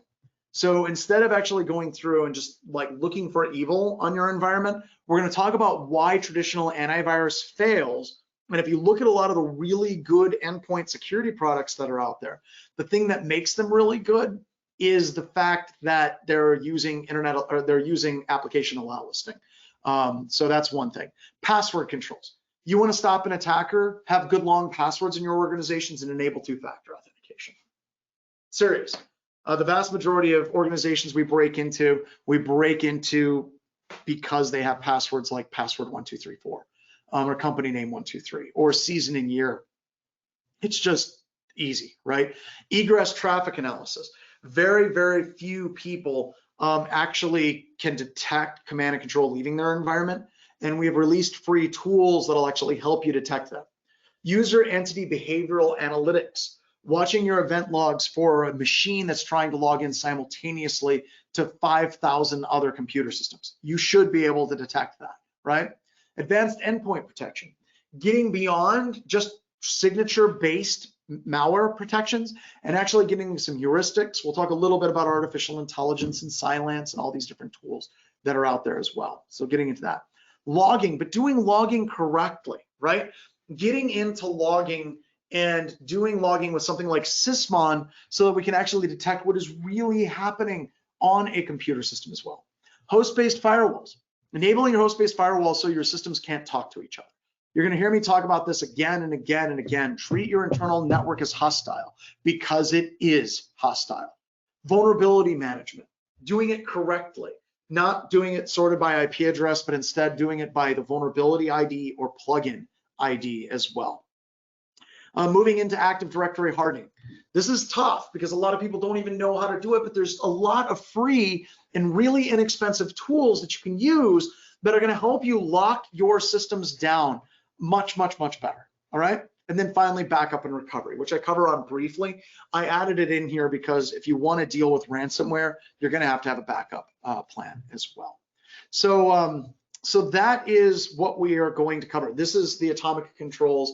These are the things that we're going to cover in this course. And almost every one of them has a hands-on lab associated with it, where you can literally create malware. You can literally see how logging is detected better with something like Sysmon, going through and doing, firewall, host-based firewalls. What happens whenever someone tries to attack a system and you have a host-based firewall enabled? It's all going to be here, right? So you have that set up. So Game Changer wanted me to give a high level of what's in the Active Defense and Cyber Deception class. I will. In fact, well, I'll talk about that more here a little bit later, but it's all, if you want to think about it, it's all deception. How do we create honeypots, not just operating systems, but honey tokens on databases, files that do attribution, and then also getting to the point where we can do full attribution with tools like Honeybadger, where if they run an executable or Word document with a macro, we can get their latitude and longitude within 20 meters. So it's all about deceiving attackers, having them create a lot more work effort to try to break into your organization, increasing your detection opportunities through deception, and attributing exactly where the attackers are. So that's where we're going to go. That's what that class does as well. And that will be in about a month. And I saw some people were putting up the, I think the, can't remember if it was the deputy or the kid, put up a link for it, but that's another pay what you can class. And that's, I'm far more mean about that class. I'll talk about that when we get there, but it's fun. All right, so we now want to get into application allow listing. And we're going to be taking a break here in just a couple of seconds. Oh, the Innkeeper. Thank you so much, Megan. There's a link for actually registering for the cyber deception class as well. And yes, all the things will work on cloud servers as well. So that's pretty easy. Now, what's this white cloud generate? This is the part where I get into trouble because I start clicking on random links from my students as well. Oh, canary tokens. So this looks to me like it's very, very similar to the canary token server from Thinkist as well. So similar thing, we actually use this as well. So very, very cool. Uh-oh. Go larger, there we go. No one rickrolled me. No one rickrolled. Oh, have you seen the artificial intelligence generated 4K version of the rickroll? It's glorious. I don't know if anyone has a link for it, but it's a rickroll in high definition, and it's amazing. Is there a test during the break? No, there's no test in the break. All right, so whenever I talk about internet or application allow listing, and traditionally people were calling it internet or application whitelisting. And there's been a big movement in the industry to kind of change the language around things. And I know I'm going to have people in the class that are talking about, oh my God, we're doing social justice warrior things or whatever. But look, if you're looking at the industry trend as a whole, it's pretty much moving to this type of terminology, getting away from whitelist and blacklist, moving into allow list and deny list. And if you really want to kind of know what the tipping point for me was when the Linux project, when Linus Torvalds was basically like, we're moving into this type of terminology as well. If Linus Torvalds is doing that, it's pretty much time for us to actually make that change in our terminology. So we're moving into application allow listing, okay? So I will slip up. I will say whitelisting because it's a transition thing and it's going to take time, so I apologize in advance. But we're going to do that. So we're going to move into application allow listing. Now, deny lists fail, okay? So, and even John McAfee, as crazy as he is, and as high as he is on bath salts and cocaine, he even looks back at what he did whenever he created McAfee as like one of the first commercial antivirus projects. And he said, yeah, the way I did it back then was probably wrong. I should probably I should probably have not have done it that way. That's telling you something, because that dude isn't like sober or sane for like more than like 5 minutes. But whenever he talks about denialists, he's pretty much like, yeah, that was a bad idea. That was a bad idea. By the way, there's a great video. It's not safe for work, but it's a video of John McAfee going over how to uninstall McAfee antivirus from your computer systems. So if you want to see that, like I said, it's very adult, but damn if it's not funny. But it gets you an idea. I don't think it's like overdone. I think John McAfee is that insane. So with this, with the denialists, when we're looking at it, you have a lot of people that believe in how we can actually stop attackers from gaining access to an environment by simply creating a list of bad files that are malware and stopping that from running. And the issue with this is this permeates not just here when we're talking about applications, but it also continues to permeate as well whenever we move into the internet, right? Like if I say you should move to internet allow listing instead of internet deny listing, people's heads explode. And the reason why is you're wired as a human being to think in terms of deny lists. That's, you know, the lizard part of your brain thinks that way. So one of the stories I like to say is let's say we have, you know, we go back thousands of years ago and we have Ugg and Thug, right? So we have Ugg and Thug who are two cavemen, and it had to be dudes. I'm sorry, but it had to be dudes, because one dude while walking down the path saw a mushroom and then told the other dude, hey, Ugg, eat the mushroom. And Ugg's like, I'm not gonna eat the mushroom, man. I'm not gonna eat this. Thug's like, dude, eat the mushroom. I'm not gonna eat that mushroom. Thug says, Ugg, I double dog dare you to eat that mushroom. And at that point, it's on, right? Like Ugg's like, I'm gonna eat the mushroom. So Ugg picks up this mushroom. He's like, I'm man enough. Pops the mushroom in his mouth. And then he starts gagging and foaming at the mouth. And then blood starts coming out of his eyes and his mouth and his ears, and he's foaming and he's dying. And he's like, oh God, it hurts so bad. Of course, he did this in caveman speak, I'm paraphrasing. And from that day forth, the rest of the village sang songs of Ugg the idiot who ate this mushroom. And the song goes into detail describing this mushroom. The mushroom was yellow with little white stripes. We don't eat that mushroom because you're going to die a horrible death. And the kids sing it and all that. And that's the way culturally, for thousands of years, human beings looked at risk. It was a series of denialists. Don't eat that mushroom. Don't snuggle with the bear. Don't go swimming with sharks. You know, we developed this huge denialist in our head of what we are to avoid to stay alive. I mean, it gets back to the frying pan analogy, right? How did you learn the frying pan was hot? You touched it, or you saw someone touch it, and you're like, frying pan hot, not gonna touch it. Got it, right? And that's the way your lizard brain thinks. And I once said it, lizard brain, and someone said, oh my God, John Strand's one of the lizard people conspiracy theories. But anyway, the lizard part of your brain thinks that way. And whenever you have a salesperson come up to you and they say, you know what? I'm going to send you a big deny list of all the bad IP addresses and URLs. In the back of your head, you're going, oh, yeah, that'll protect me. And it doesn't work. It doesn't work. Because a more accurate way of thinking of it, when you're thinking of an adversary, is day one, it's a mushroom. The next day, you have the caveman walking around. It's now a sizzling filet mignon. It's constantly evolving and it's constantly changing. It's not something you can just look at and say, these are the things we're going to deny. And then all of a sudden we're secure. We've enumerated all the evil on the internet. Congratulations, done. Internet's security is over. We're out. All right. That's not the way it's going to work. So we'll pick this up on the other side of the break. So we're going to take a quick 10-minute break. If you could do me a favor, whenever somebody who's not paying attention right now comes back in and they're like, where's John? What's going on? Why is everything quiet? Just please do me a favor and just say to them that we are on a 10-minute break. So let's take it and I will be right back. All right, everybody. Hopefully you can hear me. I think the audio is coming through okay. If you could just give me a ping and say that you can hear me, I appreciate it. Let's keep going. You're good, John. Hey, thank you. All right. So let's go through and oops, wrong one.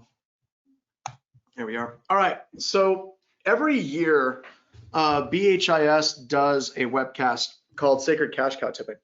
And we just did ours 2 weeks ago. I think we have a link that we can get you for the BHIS one that we just did, talking about bypass techniques. And this is something we've been doing for like 4 or 5 years now, and it's getting tiring. Like the first couple of years we did it, it was super exciting. It was like, here's how you bypass all the major antivirus engines, and we do it in an afternoon before the actual webcast. And that was cool, but then a lot of the same techniques worked the second year. And then a lot of those same techniques worked the third year. And then it just kind of kept going, and it got sad after a while. And it's difficult to constantly be breaking that, because anytime we do sacred cash cow tipping and we talk about bypassing endpoint security products, we run into a problem where there's people out there that are like, you're helping the criminals. Absolutely. If you're showing how to bypass McAfee or Symantec or Cylance or CrowdStrike or SentinelOne or any of these different things, you're doing nothing but helping bad people. And that argument is garbage. And the reason why it's garbage is it goes back to that denialist methodology, right? There's this belief that if we create something, if we wouldn't have created that bypass technique, then the attackers wouldn't be able to bypass security products. And that's crap, because the attackers know how to bypass those products, right? And it is also garbage because it's that lizard brain thinking, right? Where you're basically looking at it from the perspective of, well, if we write signatures for all your malware, then we're going to be able to detect all your malware and we're going to be able to defend ourselves. And that's garbage. Because if you do offensive security, you know very well that the actual techniques that you use are modifying and morphing and evolving constantly. It's not an Easter egg hunt, folks. It's not like you find all the different techniques and you're like, well, that's it. Can't bypass antivirus anymore. We're done, folks. Let's pack it in. Everything's secure. We can't do that, right? So we do this particular webcast, and we do it because we need to show people that these endpoint security products have weaknesses. They can be bypassed, because there's this tension in the industry between reality and what sales teams are telling you. Sales teams are always telling you all the time that, hey, our product is 100% effective, 0 false positive guarantee. And that's not true. They're liars. But if you try to talk about how they're lying liars, then you have people that say, well, you're hurting the security industry and you're only helping bad people. Those arguments are garbage. So the thing that I hope that you learn from this is that any security product that's out there can be bypassed, any and all of them.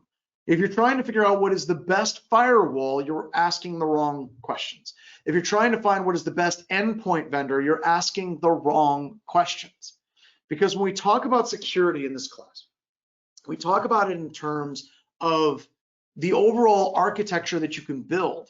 So you're not reliant on one product being successful or failing in its ability to actually detect attackers out there as well. So this is something that's not new. If you go back, one of the people that I'm like really honored to consider to be a friend, who was a hero of mine for years, was Marcus Random. Marcus Random is insane. For a little bit of reference, Marcus Random was literally he hates it when you talk about this, but he is literally the inventor of what we consider to be the modern firewall. Even though he just created a toolkit to make it easier for people to create firewalls, he's literally the dude that kind of created what we consider to be firewalls today. And he has this great article. It's called The 6 Dumbest Ideas in Computer Security.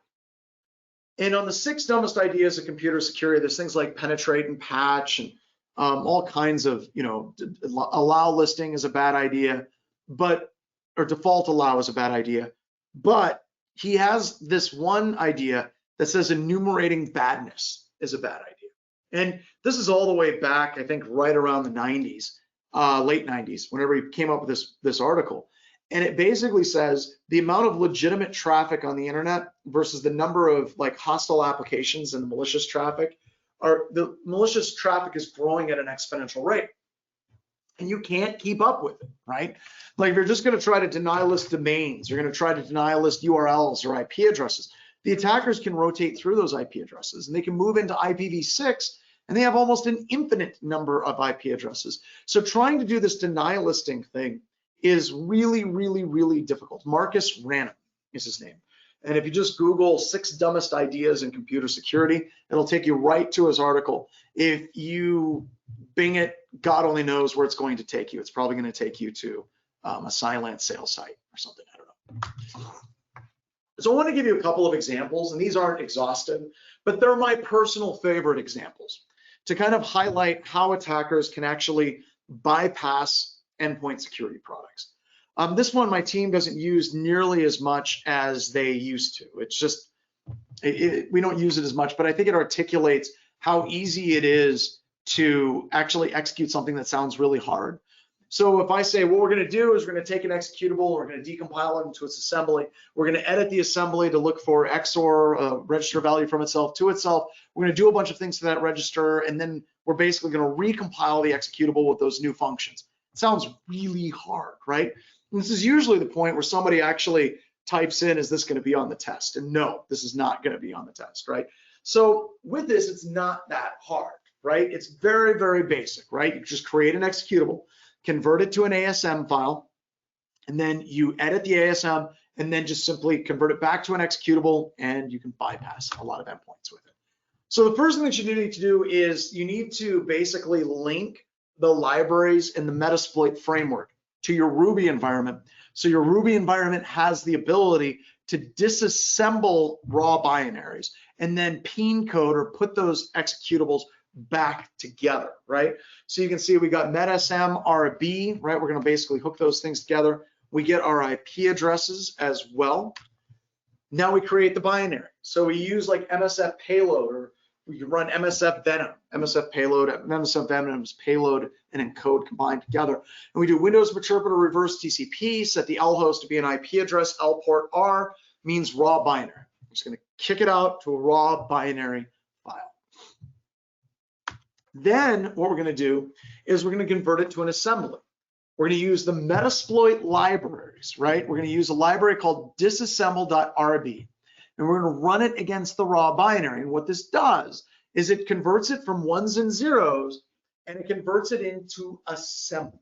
Now, the assembly is in the lower right-hand corner, and a lot of people tend to get really freaked out whenever they see the assembly, and they're like, oh my God, this is really hard. But you don't have to know much at all about much of anything about what you see there, right? But if you want to look like an InfoSec badass, what you do is once the assembly's up, you look at it deeply, intently. And then periodically point.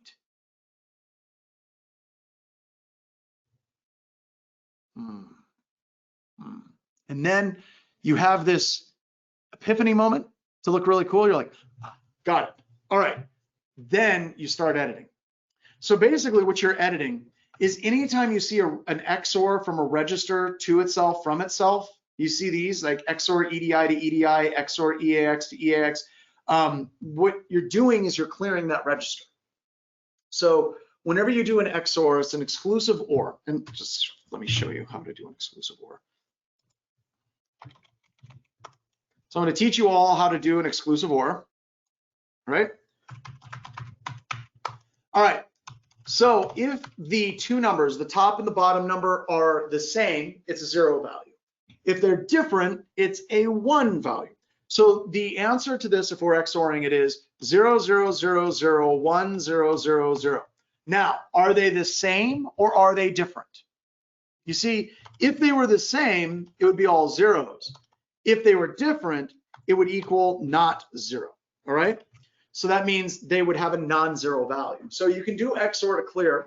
You can also do XOR for comparisons of two strings. So let's say you wanted to check a password, right? You could do XOR, that register that holds the password, from itself to itself. And if it comes out as 0, it means the passwords match.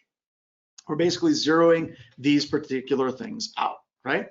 So nothing like really all that hard, but when you're looking for those different values, they're easy to find, right? You just XOR EDX to EDX, XOR EDI to EDI, XOR EAX to EAX, which you can do knowing that at the end, that EDX, EDI, and EAX are going to be wiped out. You can do anything you want to, right? Right above that function. You can basically do a push EAX, pop EAX, add 1 to EAX, subtract 1 to EAX. do whatever you want to those register values, because at the end, poof, they go away. It's not hard. You don't even have to know what any of that garbage does. I don't, right? I'm not going to sit here and pretend to be like, yes, I can see that this particular function is the procedure preamble for this. No, I don't know. I don't know what it's doing. But I can go through and I can change those register values very quickly and very easily.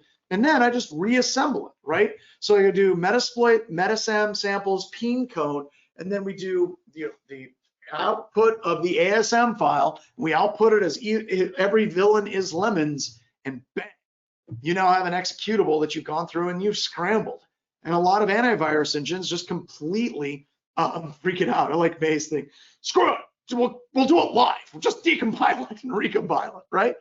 Now, what's interesting is if you do exactly what I showed you to do, just that push and that pop, you have antivirus engines that detect that. But if you keep adding more pushes and pops and then some adds and subtracts, all of a sudden antivirus engines start losing the plot fairly quickly. They start losing the ability to actually detect it as well. So basically, Ebenezim, we're just basically kind of going through some really cool disassembly in like a handful of steps to bypass antivirus engines. It's not rocket science, right? You can actually follow these things around pretty easily as well. And then you start up your multi-handler and you wait for your victim to run it, right? You can also do LOL bins, right? We're talking about how we bypass antivirus engines, right? LOL bins are literally binaries. They're literally binaries. Oh my God.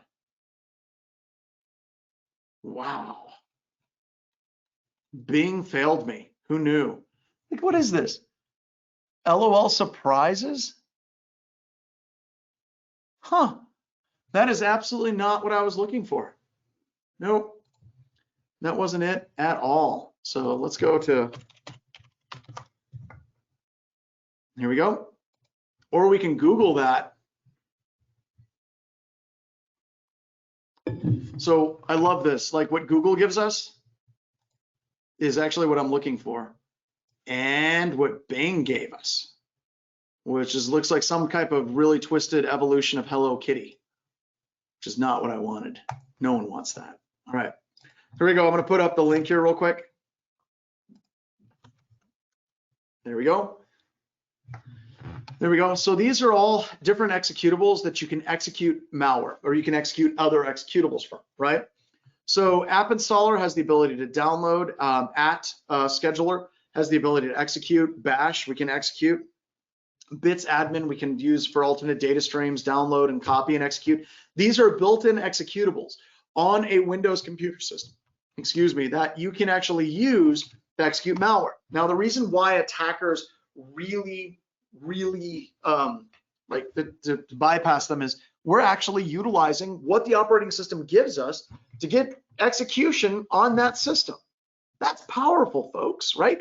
Because it's really difficult for antivirus to say, well, we're going to go through and we're going to block anything associated with install util, or we're going to try to shut down NetSH. It's funny, one of the SIM vendors out there actually has a signature that's written for calc.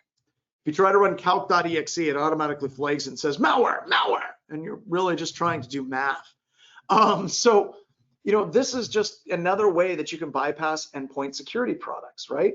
But a lot of the utilities that are here, there's no reason that any possible user in the world would actually run RegServe 32 as part of their normal day-to-day operations, right?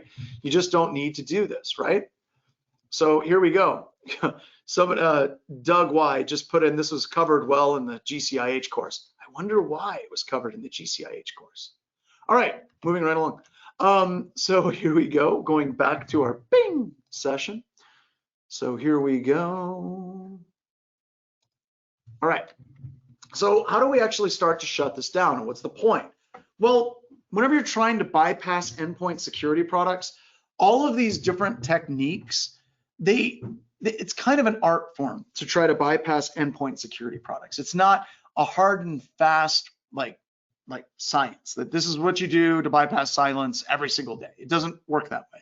A lot of times what you're doing is you're mixing and matching and you're slightly modifying these different types of techniques that are out there, right? So you have to be flexible, you have to be creative, but whenever you just start modifying things just a hair, all of a sudden a lot of the endpoint security products start missing the actual attack, right? And a little bit of your tiny little Metasploit kung fu goes a long, long way to successfully bypassing different endpoint security products, right? You can even throw in a little bit of encoding and obfuscation, right? So with encoding and obfuscation, originally, encoding was created to avoid bad characters. You see, if you put 00 inside of your executable or your malware, in the world of your computer in C, that's a string copy terminator. So when you're moving data around in memory from one memory location to another memory location, how does the program string copy know that you've copied all the data and it's the end of the data? It would see 00. It would say hexadecimal 00. That's it. That's the end. There's nothing after that. And that would be a terminator. So if I'm creating malware, I want to avoid using 00. So I can use an encoder that would find 00 inside of my binary executable and modify it so it wouldn't have that 00 anymore. And you know, AF, 00, FF, these are all different strings that traditionally would have trouble executing if they were as part of your payload or your exploit. So enter encoding. And as far as I know, one of the first people that ever did this as a bypass technique was Mark Baggett, who was a SANS instructor. And he was using these encoders to encode the malware that was being created from Metasploit in order to bypass endpoint security products. So that's another way that you can use an encoder. There, in my little example, you can see that I'm using an encoder called shikaraganai, which is Japanese for there's nothing that can be done, which was a phrase that became very, very popular right off of the Second World War. Now, NANDOP says they totally detect the decoders. No, they don't. Okay, so this gets a little bit more complicated. It depends on how you're actually doing the encoding and you're actually doing the decoding. And it even gets to the point of what is the compiler that you're actually utilizing as well. Sometimes just taking your executable and your raw C file and then putting in your malware, your payload within it, and then compiling it with a completely different compiler than the one that comes from Metasploit allows you to bypass it. Or if you're utilizing Golang, right? You can take your shell code, you can use Golang, you can wrap it in a Golang binary, and then you can compile it with Golang, and you can even use a decoder within Golang to actually decode it. Or you can actually inject your shell code directly in memory, utilize a pointer to that specific memory location, and then have something like PowerShell interpret and then execute it. So the point is, it's not as simple as just saying, yeah, it detects that, because it doesn't. The example that I gave, yeah, maybe, but a lot of the different types of encoding techniques still work today. So we'll be talking about that in a lot more detail over the next couple of days. We'll be dealing with it. Another great tool, and this is by Dave Kennedy at TrustedSec. Dave Kennedy has released this tool called Unicorn. And I actually think I have Unicorn installed in your class VM. But you have this amazing tool that is basically what are the different techniques that are working right now today, all right? What are the different techniques that are still effective? So Dave does a good job of actually going through and pruning out techniques or modifying the techniques that don't work anymore. So a fun story. Dave and I were presenting, I think we were in Washington, DC at an IANS conference. And he was talking about Unicorn and how the antivirus engine companies are dealing with Unicorn. And what he found out is there was a while where every single antivirus engine appeared to be really focused on Unicorn. And anything that you basically put in to Unicorn, it would basically detect. And then he went through and he modified a bunch of the different payloads that were created out of Unicorn, bypassed them, and then bam, they detected again. And then he modified them again, and then immediately they started detecting them again. He did this about 3 or 4 times. And about the 4th or 5th time, all of a sudden the antivirus vendors started to give up, and they basically just stopped detecting what Unicorn was doing. So that's kind of shows that kind of myopic focus that endpoint vendors, they get really focused on detecting this one tool, this one encoding iteration, and they maybe detect it for a couple of generations, but then once you get past that generation, they start losing focus on it as well. Some people are asking, what type of meat does Dave smoke? The answer is all of them. Dave has a problem. He has a severe addiction to smoking everything. I mean, he smokes potatoes, he smokes eggs. It's really sad. So say a little prayer and light a candle for Dave. All right, so moving on. Now, how can we actually do application allow listing in such a way so it works, okay?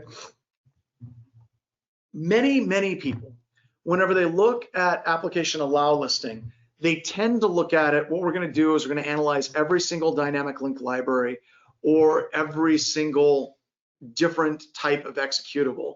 And we're gonna make a determination, like we're gonna get it like a star chamber together.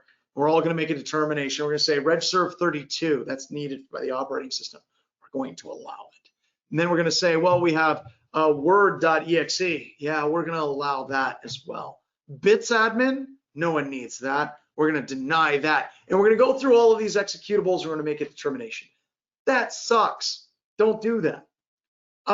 So that is, if you did it right, that would be the most effective way of doing it, right? I mean, it would just take you till the heat death of the universe to go through every single operating system library and make a determination as far as what should run and what should not run. A better way to do that, though, is doing it on directories. So you can actually do allow listing where you can say, I'm going to allow anything to run in the program files x86 directory.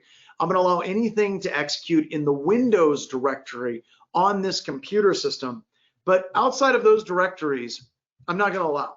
And that's automatically going to stop users from downloading executables and running them in the downloads folder or to their desktop or the temporary internet directories for the various browsers that are out there. That shuts those drive-by attacks down. Now, to be completely honest, there are bypass techniques, right? And you're gonna have a red team that's gonna be like, well, if you're doing internet allow listing or application allow listing and you're doing this, then all I have to do is find an LOL bin that's in the Win32 directory and then I execute that because you're allowing that directory. They get so annoying, but as much as they talk about that, they don't explain how they would get initial access in the first place. You see, you can absolutely bypass this, okay? There's a number of ways that you can bypass this, but it makes that initial access and compromise exceedingly difficult for getting the initial foothold on that system. And once again, if you're looking at a lot of these endpoint security products like Cylance and Carbon Black, they go into high enforcement mode. What they're doing is application allow listing. And many times when we're on pen tests, it's not the artificial intelligence that's stopping us. What's actually stopping us is application allow listing, not some magic heuristic Bayesian, analysis or doing, different types of, inverse trees or MadMom or k-means clustering type analysis. Oh my God, artificial intelligence. No, simply it's application allow listing. And these vendors do a really good job of actually stopping on this as well. So what uses these allow lists that I'm talking about? Almost any modern advanced endpoint security product has application allow listing built into it. All of them. And that's what stops most attackers. Or as Griffo just talked about, you can use AppLocker, which is built in and it's free and it works pretty well. And that's what we're going to be using on this as well. Are we supposed to be running the lab right now? We will come into the lab here in just a couple of slides. We'll be doing that lab. All right, so as I said, there's a couple of ways you can do this. The holy grail in allow listing is going through and hashing every single executable, creating a baseline of every single executable that's running on the system that's allowed to run, and don't let anything else run. That is dumb for so many reasons, right? One of the problems that you run into is simple updates. You run a patch, you run an update, all of a sudden, all those hashes change. And it makes things more difficult, right? It's very difficult to implement and it's very difficult to actually keep it up. Now, some other ways that you can do this is you can do digital cert verification and publisher verification. So many executables, if you have something from Oracle or from Google or even from Microsoft, the binaries themselves are digitally signed by that vendor. So the vendor basically says all of my Oracle executables are going to be signed with the Oracle Digital Code Signing Certificate. Google says anything that is with Chrome, which is not true, is going to be signed with the Google Digital Code Signing Certificate, right? This sounds great. So we can move past simply going through and creating rules on hashes. We can do it on digital code certificates. Sounds great. However, problem is a lot of vendors, while they sign and digitally sign some of their executables, they don't sign them all. And that creates a problem because now all of a sudden we're going to digitally sign chrome.exe. But if it's utilizing additional executables or dynamic link libraries and those aren't signed, it's going to stop it from executing. You may be able to do permissions inheritance, where if chrome.exe invokes a random dynamic link library, because chrome.exe is trusted, you're going to let the other dynamic link library fire. But once again, that update process and that execution processes can be actually attacked as well, like ISR evil grade as well. So is this how the supply chain attacks can happen? No. If you're looking at the SolarWinds supply chain attack, what actually happened there is the Russians got access to the source code of SolarWinds, and they modified it. And even if SolarWinds was doing code signing, they would have taken the source code and signed the source code, and you still would have executed it. So it wouldn't have stopped that particular attack at all. So that's kind of frustrating, right? All right, so there you go. So yeah, we can do this verification, right? But once again, it's not foolproof, not yet.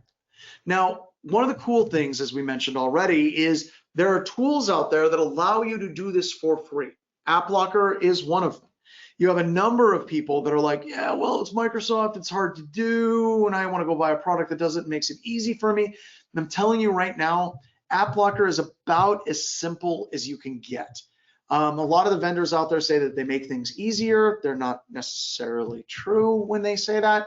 I don't want to say they're lying, but they're definitely incorrect. They still have GUIs, and some of the GUIs are really, really cool, but AppLocker is pretty easy peasy to do.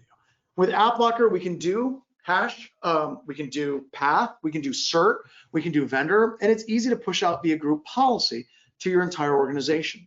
Now, I have a video where I basically walked through how to use AppLocker and Sysmon, and it was one simple webcast where I talked, okay, here's how you actually create a group policy object and push it out to every single system in that OU. So it's not hard, right? An OU means organizational unit. So it's not difficult. Only thing you have to do is you set up local security policy if you're trying to set it up on a local system, and then you get to this policy. And by the way, when you're setting it up from group policy, you would do the exact same thing from this slide on. You would create a security setting, and then you would apply it to the systems in your OU. Once again, that YouTube video, which is right here, let me copy and paste that for y'all. That YouTube video covers all of it. There we go. There we are. All right, so it goes through how to set that up. So you create local security policy. Then you go to security settings, application control policies, you go to AppLocker. Now, once you're in AppLocker, there's no rules enforced. So you have executable rules for .exes. You have Windows installer rules, script rules, and packaged app rules. So you simply go through each one of these categories, and then you basically create the default rules for them. So I go into each one of those, and you can right click and you can say automatically generate rules or create default rules. You want to run the create default rules. Don't do automatically generate rules. If you do automatically generate rules, it goes through your entire operating system and it creates a series of rules for every single executable on your computer system. You would do this if you were creating like a gold master copy image, and then you would modify that over time. So that would be really, really difficult to do. So instead, what I recommend is create default rules for each one of these different categories. Then the rules themselves are actually pretty easy. I mean, they're based on the user account, the last one. Administrator can still run whatever they want, but all of the other executables will be in the Windows directory or in the program files directory. Now, usually what happens in most environments is they'll have another directory like an opt directory or some other type of directory for a vendor. You can add those paths in relatively easily as well, right? So then the final steps is we have to run the application identity service. We have to start that up. And then on our system, we're actually going to do a GP update /force to force the group policy to actually take as well. All right, so let's get into our labs. Let's spend some time though, let's talk about the VM as well. So question was, how do I feel about applications installed by a trusted installer to run outside of trusted directories? That just seems like a bad idea to me. I might need to know more about what you're talking about there. But, all right, so I have my my ADHD VM for this class. It's right here. I'm going to go 7-zip and I'm going to extract it to, I'm going to extract the files to this directory and I'm going to extract it to I'm going to actually extract it to, let's do class and I'm going to extract it to 223. There we go. So I'm creating a directory called class 223. Just so I can extract it here. So I know this class is different from the other classes as well. And then it starts the decompression of this system.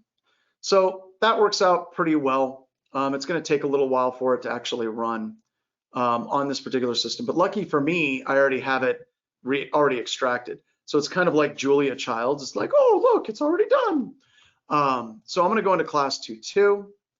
And I extract these files, and the actual executable is this one right here. It's WinADHD. It's actually a VMX file. And it's this one that looks like these three little like squares. So I'm going to start that up. And now we're going to have our virtual machine environment. There we go. So now I've got WinADHD as well. And I'm going to kick on resume. Remind me later. Go. And we're going to kick it up.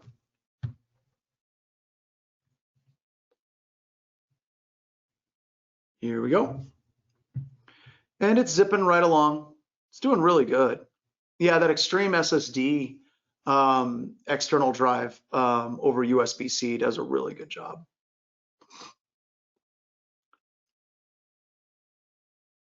So you should have gotten an email with a link to these VMs, and then also we have the start here directory in Discord. So that'll have where you can get everything. And by the way, some people get to this and they're like, "Oh my God, we have labs," and they freak out. Don't freak out. So in this class, we do not have our labs set up, so they are like only useful for this particular class. That's not what we did. You'll be able to use these labs as long as you have the virtual machine. So my labs aren't just this week. Like if you don't get it up and running today, not a problem. You're still gonna have access to the labs after class is done because the labs are built in as well. All right, so here we go. We're starting up. I'm just gonna restart because it didn't load correctly. Even though I have a fresh one that's gonna be done here in a second as well. Test after the lab, absolutely. Do I drink coffee? I actually drink decaf coffee. Not only do I drink decaf coffee, I drink instant decaf coffee. So that's fun. I know that kind of freaks people out, but I got hooked on instant decaf. My grandfather was a rancher, and if you think Marble Man in the 80s, that was my grandpa. Like seriously, my grandpa looked like Ronald Reagan was the Marble Man. And whenever I was a kid, I would go out and work the ranch on summers with him. And a lot of times breakfast was just like toast and coffee. And he got me hooked on instant decaf because, you know, you're just a kid. But he would drink instant coffee. And that's where I got hooked on instant coffee. All right, here we go.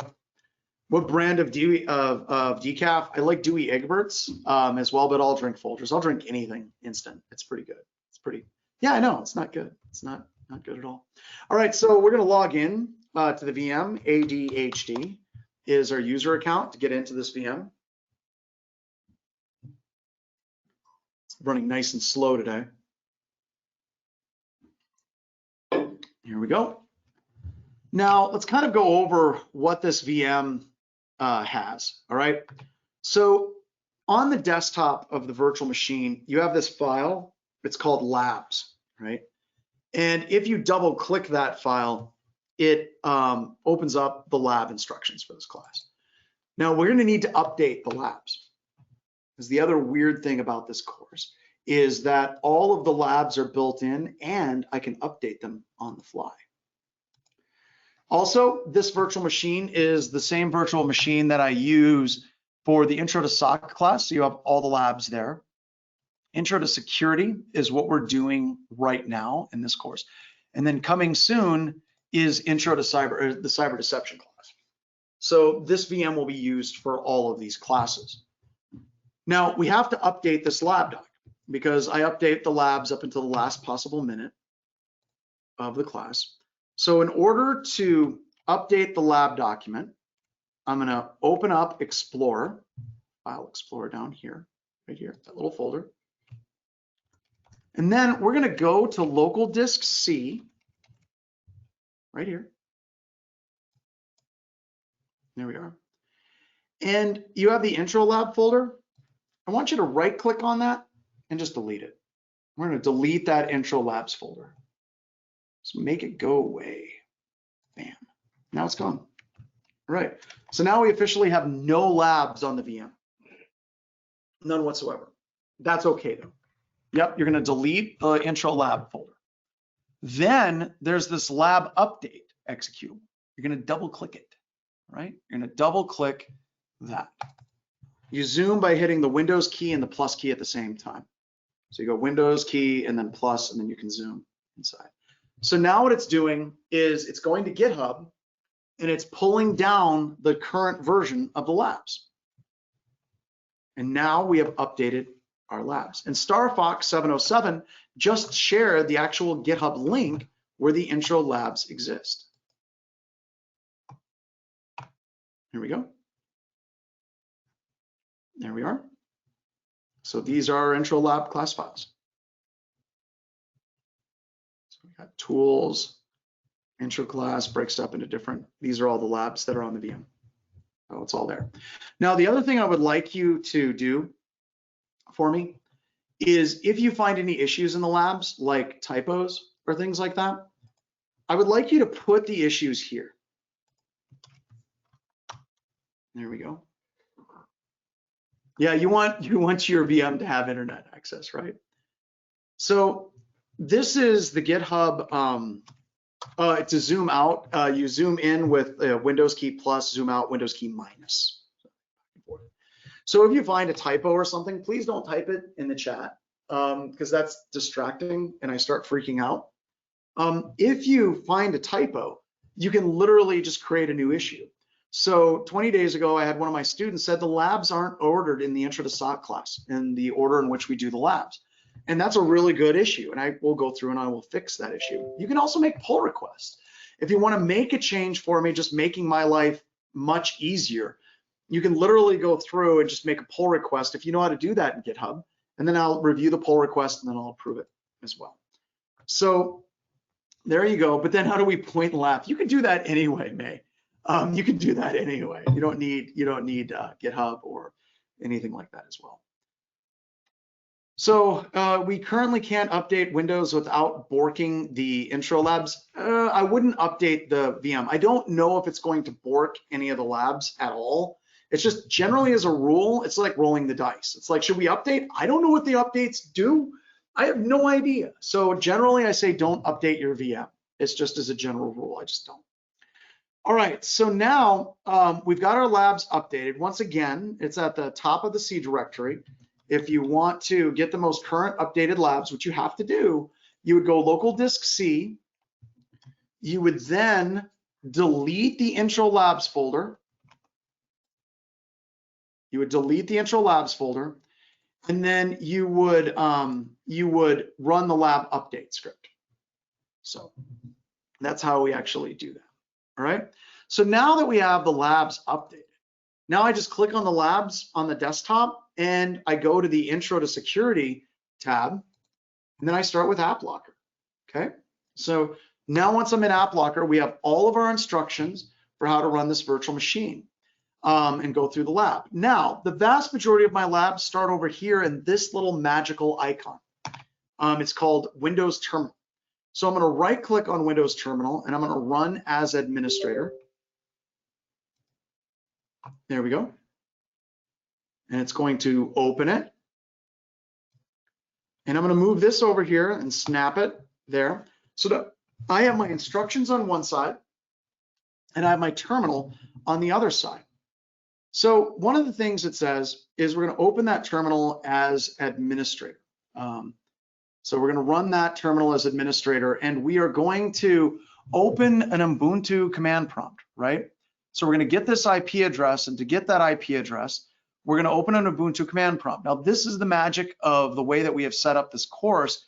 You have a full-fledged Linux Ubuntu virtual machine inside the virtual machine. The files are inside of the computer, right? So you're going to go through and you're going to run ifconfig, and you're going to get your IP address. My IP address is 172.28.144, 72.28.144.138. I'm writing that down, and you should write down your IP address because it's going to be different than what's actually in the lab as well. All right. So now well, it's not that crazy, young Galicious 117, when you think that there's actually an entire Linux system inside of the system. So you're running two at the exact same time. All right. So now what you're going to do for this lab is you're going to follow the instructions, and you're going to basically walk through creating your own malware executable on your system. You're going to run MSF console, and you're going to set the L host is going to be your IP address because your IP address will be different. And then you're going to download and you're going to execute your malware on your Windows computer system. So you're going to get an idea of how you can actually run malware, what it looks like. Now, we're not talking about bypassing antivirus. That's more of an offensive class. This is for defenders. The only thing we got to know is how do we actually stop the malware from executing on that system. Now, you're going to go in and configure AppLocker. So we're going to go and edit the local security policy on your Windows computer system, right? You're going to go through and you're going to set this up. So you're going to choose AppLocker. You have none of the rules are actually enforced. You're going to right click and then you're going to choose create default rules. Do not choose automatically generate the rules on the system, okay? Then it's going to create these default rules. And then we're going to actually enforce those rules. So we have to create the rules, then we have to enforce the rules on the local system, and then we start the application identity service on the computer system as well. Now, whenever you get to this point, you might need to do GP update and do GP update /force if it doesn't work. It's just something. We'll put it up here. It's just a simple command that you can run as well. Then you're going to log in as AllowList as the user account on the system that does not have permissions to actually run executables. And then you go into the tools directory and try to run random executables. And you should get an error warning on your system as well. So that's it. So the Linux virtual machine is built into the Windows terminal right here at the top. It's actually built right into the Windows terminal. So we have all of that is set up and ready to rock and roll, folks. So let's get to it. If you have any problems, please let me know. And I will be happy to help, but I'm going to jump off for probably, I would say, since we have break is 10 minutes. It's probably 10 minutes. We're going to do the break probably at like 30 past the next hour. We'll do it. Also, if you have issues, you can run GP update /force to update your group policy if it doesn't take right away as well. Yep, you open an Ubuntu command prompt. It's actually built in. All right, everybody. So with that, get to it. If you need any assistance, please let me know. And in about 30 minutes, I'm going to do a walkthrough. I'm going to do the whole lab. We're just going to walk through it together. All right. So if you're stuck, you're like, God, how do I do this? It's okay. I'm going to do it. Yep, you do the lab now. So folks, Windows Defender isn't stopping it completely. If you look, it basically says you shouldn't run it. you shouldn't run it, but you can still run it. You can still download and execute it. So you can absolutely go around that. It's just basically what it's seeing is an unsigned executable. It's not necessarily detecting it as malware. The other thing that you can do is use Chrome to download it as well. So like I said, I'll be back in just a little bit and we'll do the lab together. All right, everybody, can you hear me? Let's go ahead and get started as soon as people type in. Okay, cool. Yep, you're good. All right, so I made a couple of small updates to the lab. So if you want to update, all you have to do now, it's actually easier. You go to your C drive. Let me zoom in so you can see. Go into the intro labs directory, and then I got a lab update pull, double click that, and it updates it. So basically I have the two different updates. One is like a major update, like there's lots of files, and I'll show you what I did for lots of files. Oops, wow, that kind of flew off the corner there. So what I did is I added for one of the other classes, we added Velociraptor and all kinds of things. So this one at the root of C that you delete and then you do lab update just basically does a fresh like get pull for the entire thing. Once you're in the intro labs directory and you have all the files that are here, if I update a small typo in a lab, you just click on this one and it only updates that specific file, which is nice. So it makes it a lot faster to do that update as well. So yeah, the Metasploit framework is way more than 2 weeks old. It's probably about 5 months. It's not a problem. Works just fine. All right, so let's get started. So I'm going to zoom in, and we've got our terminal. We ran it as administrator. I know it's running as administrator because if you look at the top of it, it says administrator : so then I know I'm running that particular terminal as administrator. Then I'm going to open up an Ubuntu command prompt. You do that just by hitting the little down arrow, and then you can choose which one you want. So if I say PowerShell, you would run PowerShell. If you do command prompt, if I say open a command prompt, you open the command prompt. If I say an Ubuntu prompt as well. So, you know, it's really easy to open up these different prompts. Then I ran ifconfig and I got my IP address, which is pretty, oops. I just ran ifconfig and my IP address hasn't changed on me and I wrote it down because I'm going to need that later. And that seemed to catch a lot of you in the labs where you were like, file could not be found. And you're like, I'm copying and pasting. And it says right below it, it says, remember your IP address will be different. So you need to be doing that as well. So, all right, so next step, I'm just going to do copy and paste just because I talk and it's easier for me to copy and paste whenever I'm talking sometimes. So I'm just going to copy the stuff that's in the pink color. I don't need the command prompt. So now I right click and I paste it. I'm now root, type in the password of ADHD, I'm in. And then I'm going to run MSF Venom. But if you look closely at this command, it says your Linux IP address. So if I paste that in there, I've actually got to change out my Linux IP address. Well, let's walk through what this command actually does in a little bit more detail. So MSF Venom is actually a wrapper for MSF Payload and MSF Encode. So MSF Payload was a tool that allowed you to generate executables and generate your malware. So you could take any of the Metasploit payloads like Meterpreter and you could turn it into an executable. So MSF Payload would allow you to do that. And then MSF Encode allows you to utilize encoding. And these used to be two separate commands. And MSF Venom wrapped them both together into one. And they did that because of loading two separate Ruby programs takes longer than just loading one. So they rolled it all together into one as well. So now the architecture, we're going to do x86 because we're just going to create a 32-bit payload. The platform is going to be for Windows. That's our target operating system is Windows. And then our payload is going to be Windows Meterpreter Reverse TCP. So what we're doing is we're creating this malware. We're saying we want Windows malware to be created. And we want it to be the Meterpreter, and I'll show you what that does here in just a couple of minutes. And the way we want it to connect to us is a reverse TCP connection. Now, for the L host, I have to put my Linux IP address in. And if you remember, I wrote that down. So I'm going to set that to 172.28.144.138. And remember, your IP address is different than mine. It's different than what's actually in the book as well. Then the L port for the callback is going to be port 4444, just choosing, it's actually the default for Metasploit. And then we're going to do the -F, the output file is going to be an executable. And then the actual output file itself is going to be temp trustme.exe, because clearly you can trust anything that says trust me. So now we just wait for it to generate. Takes a couple of seconds for it to run.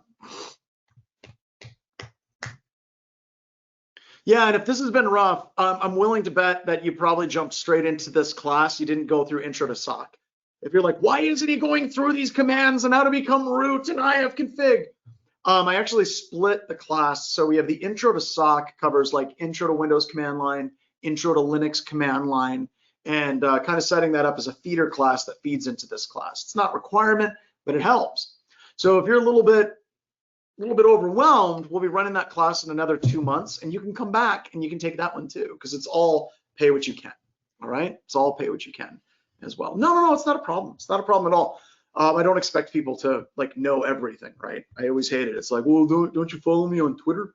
No, it's just you'll get through it. It's going to be okay. Just trust me. Now we're going to CD into temp, and I saw that there was a number of people that missed this step. Which is actually really, really important, because we have to be in that directory to actually share out the trustme.exe. I get around my camera. There we go. Copy that, paste it, and we've got our file, and it's not small, which is important. We've got about 73. What is that? 73K. So it's a pretty good sized file. And then we're going to start up this little simple web server. I'm just copying and pasting.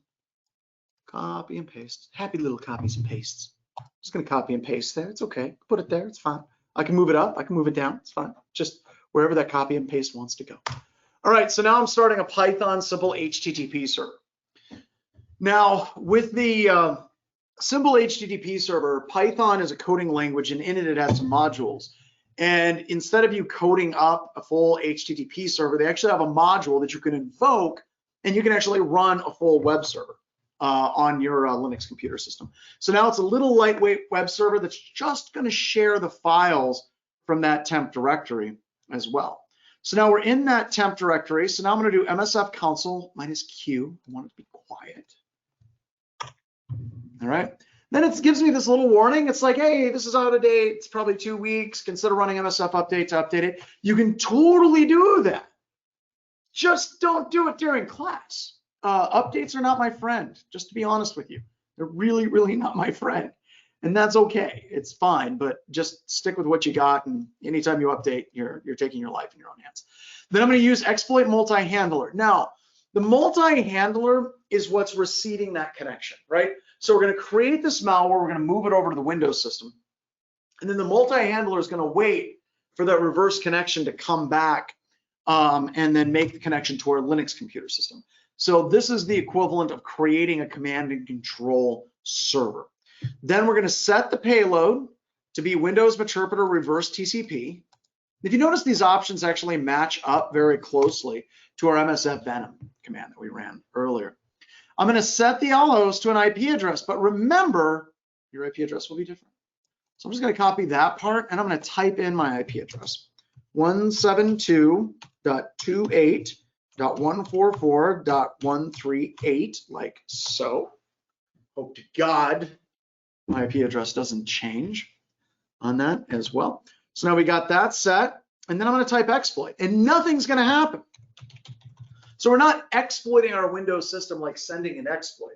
Whenever you run the exploit command, you're actually having Metasploit wait for that reverse connection. We still have to download and execute that malware on our Windows computer system as well. So we got that looking pretty good. Now I need to surf to my Linux IP address on port 8000. So I'm just going to open up a new tab, and I'm going to put in my Linux IP address, 172.28.144.138:8000, because that's the port that the Python simple HTTP server runs on. So we're going to run that, and now it's listing all the files in this directory, and I'm going to run trustme.exe. and it's going to say, hey, are you sure you want to run this? And I'm going to be like, yeah, sure, totally run this executable. And then, oops. So Defender didn't like that. All right, so we got that. So what we're going to do is we're going to just allow it, allow on device, and see details. It's kind of funny. If you guys want to know something weird, so I've been running the exact same version of Metasploit on this class for, I think, almost a year now. So Metasploit hasn't been updated in over a year, okay? And had no problems whatsoever. Like, it just completely sailed through. So the kind of the lesson that you should take from this is it's interesting how you have this malware that's been running for a long time, and it's just now starting to get detected. Like, it was over a year. So that's kind of funny. So let's retry.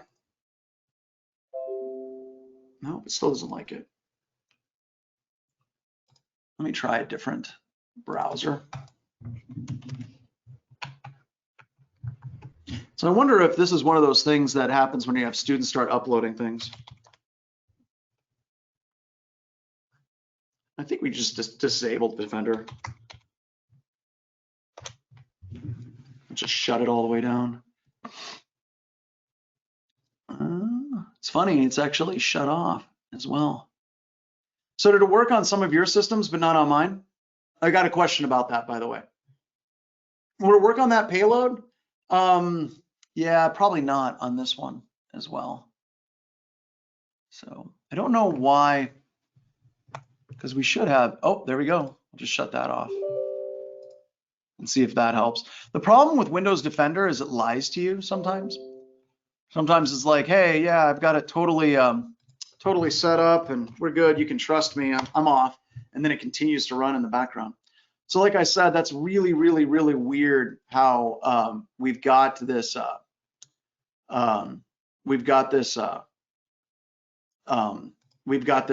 malware that I've been running for a long time, and now all of a sudden it's deciding to give me issues. So a year is how long it took for Defender to come run it. All right, so we're going to keep it. Man, looks like this is what happens whenever you run this class and you have 9,000 people go through. It took one of you to actually upload it. There we go. There we go. All right. So I just went through, and it's funny, if you check, you can see that it's actually worked for some of the students. We got Sushi Dork, we had Obrina, we had a number of people that it actually worked on. So it looks like Microsoft is actually pushing the Defender update slowly to the stuff. So literally, I'm guessing it maybe got uploaded at the beginning of the lab, and it's only catching it as it's rolling it out. So that's funny. So there we go. But it doesn't matter at this point because I disabled Defender, and the goal of this isn't to bypass antivirus, but the goal of this is to kind of show you, hey, we ran this for a year and now it's finally getting detected, which I think is hilarious. But we do have Meterpreter running now. So our malware actually fired. So we actually got it running, no problems other than a little Defender hiccup. We just shut off Defender. And I think in the future, I'll just add some instructions just to disable Defender for the students in the class as well. So there we go. We've got it running. So what we want to do is we want to stop that, right? Aside from just having Defender running, we want to actually have that shut down and we want to stop it, not because it's malware. We just want to stop it because it hasn't seen that executable and it's not in the proper directory. So if we go back to our instructions, right? If we go back over here, we're going to go to our local security policy. So I'm going to hit the little window thing. We're going to go security, or local security policy. There we go. I'm going to open up local security policy. There we are. And then we're going to go to application control policies. And I'm going to zoom in a little bit, if that's okay, just so you guys can see, or you folks can see a little bit better on what's going on. So we've got AppLocker, and whenever I expand it, you can see that we have multiple different rule sets, and they're all empty.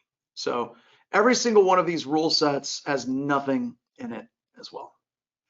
All right, so what we're gonna do is we're gonna generate the default rules. So I'm gonna right click and we're gonna go generate or create default rules. So there's the default rules, right click, create the default rules. And then I'm gonna run the script rules, just create the default rules for scripts, package app rules, create default rules. All right, so now we have created the default rules as it says in the instructions, but now we've got to actually go through and apply those rules. Now to get that to work, we have to click on App Locker itself, okay? And then we have to configure rule enforcement, and we need to set these to all be configured, okay? And what that is doing is it actually allows those rules to now be applied. So it's weird in the world of Microsoft, you're creating the security rule, you're generating the default rules. Sorry, you're generating the default rules, creating the rules, and then you have to go and apply those rules. Then we have to go and turn on the service to actually apply those rules. Now, if this starts to seem a bit insane, welcome to the world of Windows. You know, one of the quotes that we have a lot is basically, if you think Windows is easy and Linux is hard, it shows two things. It shows that you don't know very much about Linux and you know even less about Windows. Windows is not easy, right? It's not, just because it has a GUI doesn't mean it's actually easier, because actually going through all of this is really tribal knowledge.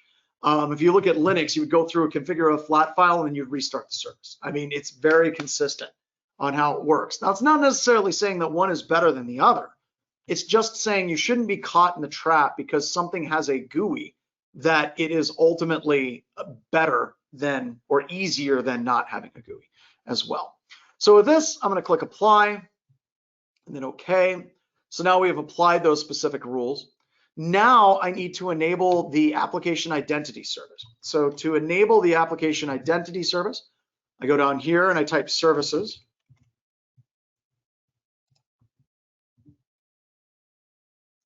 And I zoom in and we look for application identity, and I'm going to start it.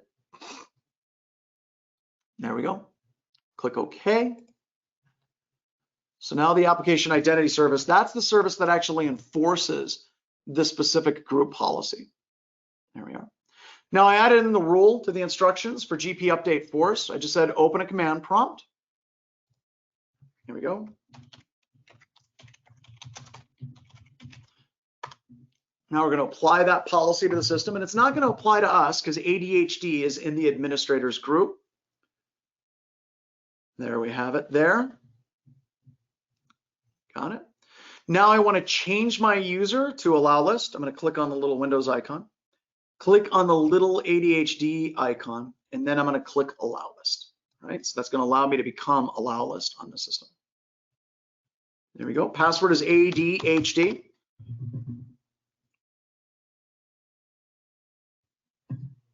Wait for it.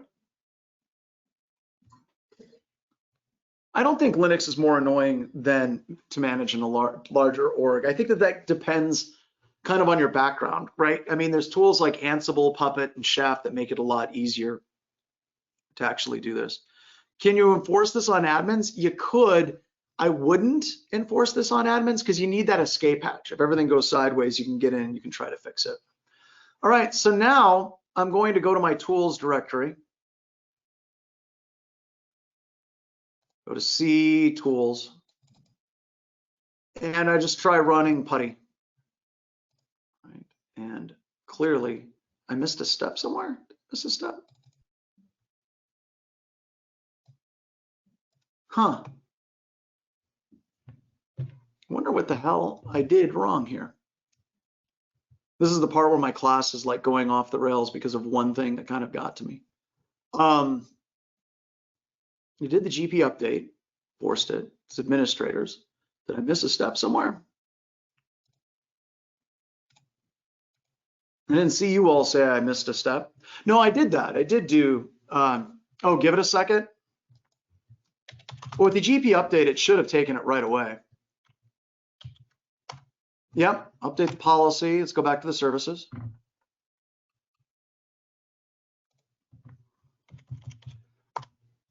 I have noticed it takes longer on slower systems, but it's usually never a problem as soon as you do that GP update, right? Huh.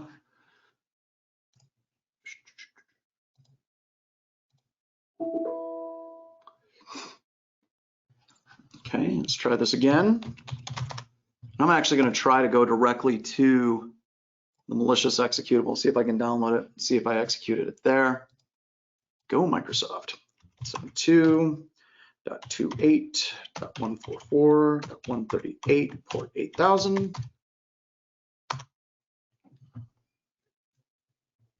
There we go, let's try this again.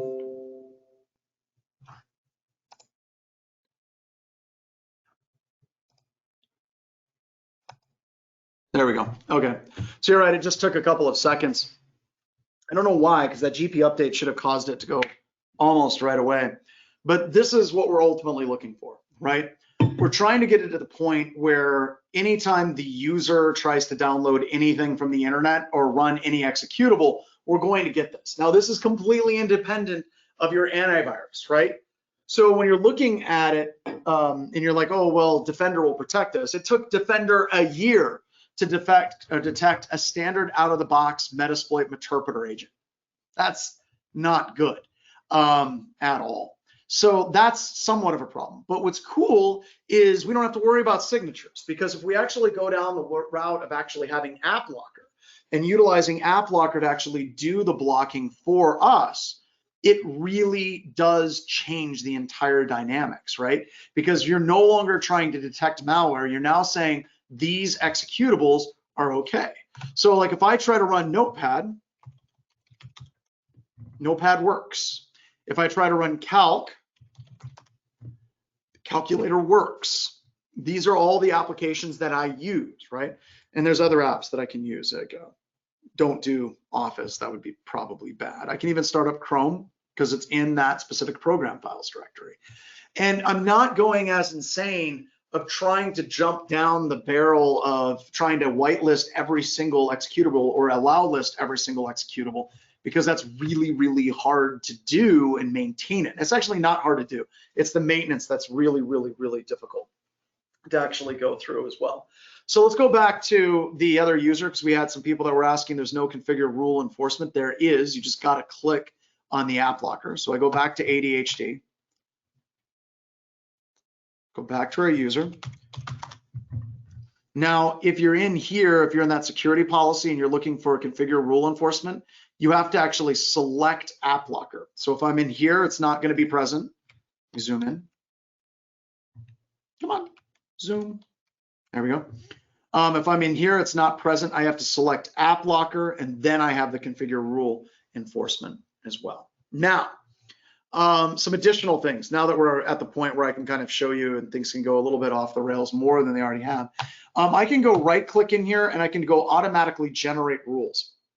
Now, if I do that, it's automatically going to generate rules for every single file in the program files directory. So when you're doing it this way, it's going to generate a whole bunch more rules, not really recommended, but you would use this if you were trying to create a master image in your environment, of trying to go through and say, we're going to have this one image. It's going to have the master rule set for what's allowed on this particular computer system. And we're going to apply it to absolutely everything. And then when an update comes out, you're going to update it, and then you're going to roll that image rule set out. It's really a pain, because right now it's going through and it's generating hashes for every single executable. So some other questions. What are the main advantages of AppLocker over controlled folder access feature? When you're talking controlled folder, you're talking about who can access that folder. When you're talking AppLocker, you're specifically saying what is allowed to execute in that specific folder as well. Now, here we go. Now I say, here's all the hash rules. If I hit create, see this? It's created a rule for every single executable. Okay. I don't want it to do that because that's bad. So instead, what I'm going to do is I'm going to select all and delete them. The other type of rule that I can create is probably one of my favorites. So I can go in and I can go create a new rule, and I can go next, and I can say this is going to be an allow rule, and I can base it on publisher. Now with publisher, I can give it a specific publisher, or I can give it a reference file. So I can say, okay, let's go to tools, And let's go to PuTTY, right? Let's go like that. There we go. I didn't have publisher information, but I can go to a specific executable. I could even go, let's go to Chrome. Let's go to program files.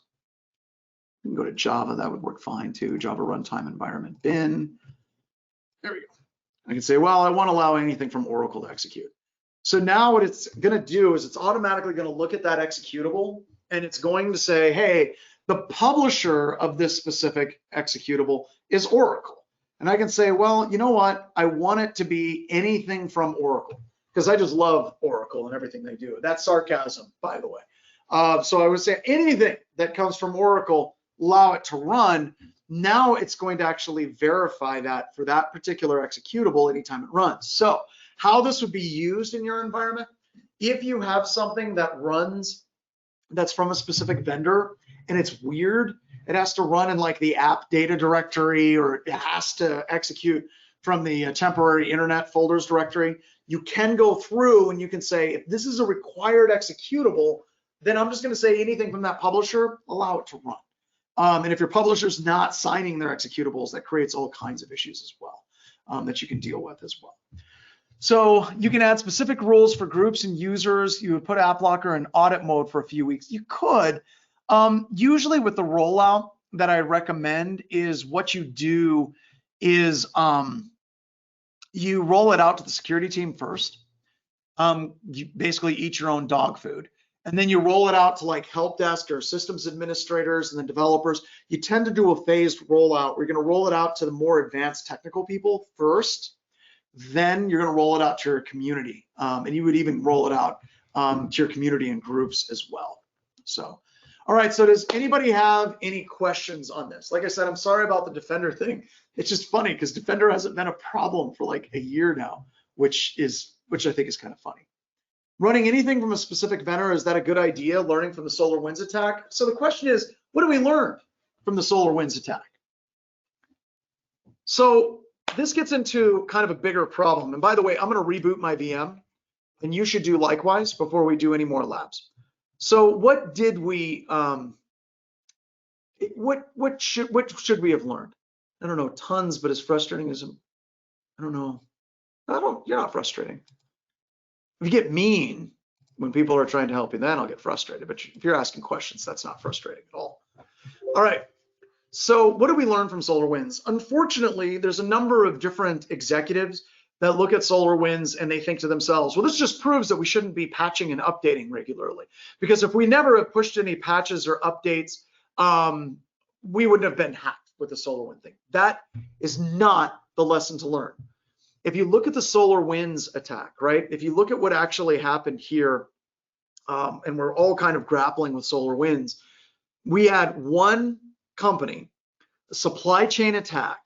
They were compromised and their update process was hacked. Now, out of all of the updates, if we're looking at that risk, right? If we're looking at how many of the updates are actually compromised whenever they roll out, think of all the Microsoft updates, think of all the Cisco updates, all the Oracle updates, all of the updates for all the software that you've had over the years. You're looking at like 99.999999999% of our updates were safe and secure. That's good odds. That's better than literally anything in security. Now, let's say hypothetically, we say we're not going to patch.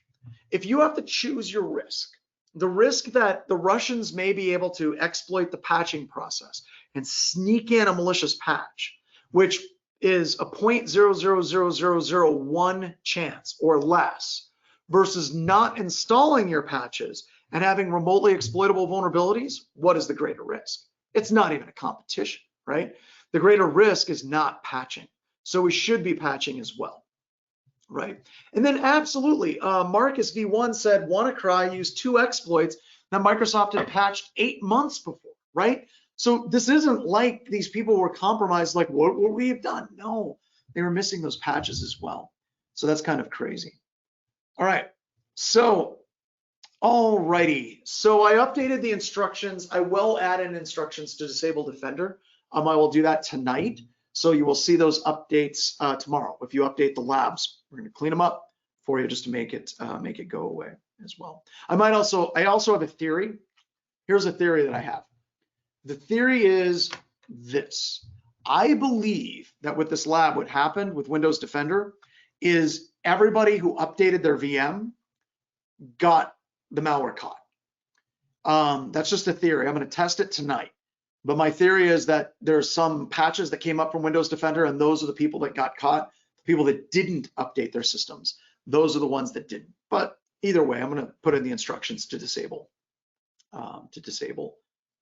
Defender as well. All right, so any other questions? What do we have? I prefer to install as many backdoors and Vira to achieve an ecosystem where they cancel each other out. That's pretty funny. That's like Montgomery Burns in The Simpsons. You have literally every major disease. I'm invincible. No, they're all precariously like against each other. I'm invincible, I say, invincible. Great. Star Fox completely blew my theory out of the water. He updated, or they updated, and it didn't get caught. Great, that's awesome. I certainly didn't update it and managed to run the lab just fine. Yeah, that's awesome. That's great. I like it. That's one of the cool things about Windows is what the hell's going on, and you're always looking for something consistent in the pattern. Sometimes there's no consistent pattern. Well, unless you actually dig in a little bit.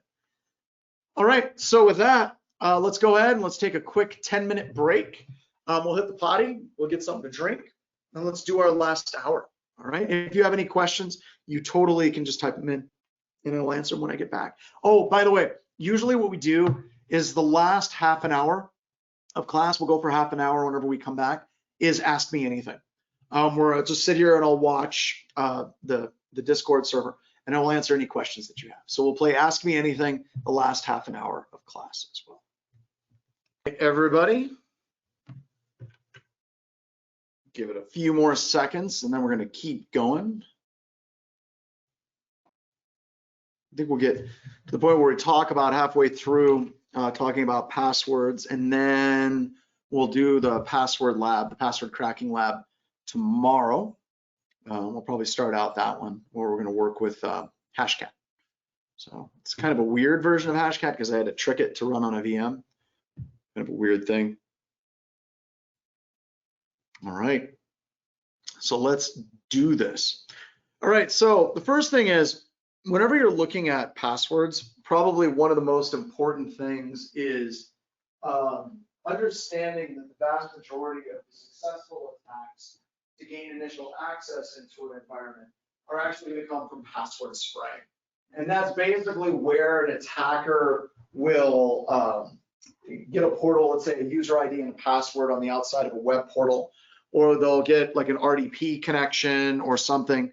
And then what they're going to do is they're going to try a whole bunch of different passwords to gain access to that particular environment. Now, there's a whole bunch of different rules that you have to kind of deal with for different protocols.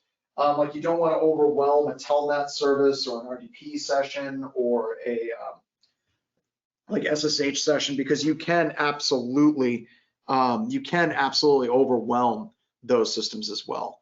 Oh crap! Hold on. Did it change my mic again? Hold on. It's so gonna make me. It did. Okay, I can fix this. Just give me a second. I know what we're gonna do. All right, can you all hear me? Is that better? You're kind of breaking up a little bit, John. Is it getting all crackly now? Yeah, it's crackly. Oh my God. No, it was working. It was. Oh, I don't know why that thing gets crackly on me. Still crackling? Little bit. All right, here. Now it's not even seeing my mic. Here, hold on, let me try a different one.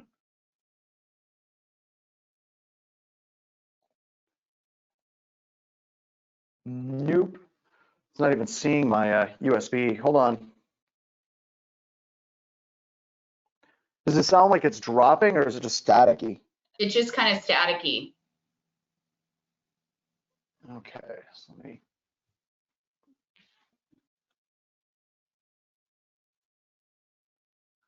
Uh-oh. It's really not good. Because now it's not seeing my Yeti. Blue Mic at all. So hold on. Let me do this. Let me shut this down.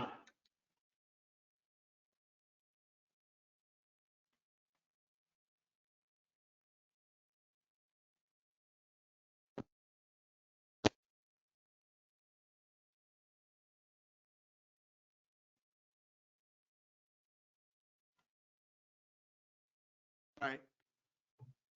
So That sounds now better. it's coming back through the Blue Mic. Can you hear me? Yep, you're good. Test, test, 1, 2. Yep, you're good. All right, now y'all can hear me? Yep. Yeah, the batteries are good.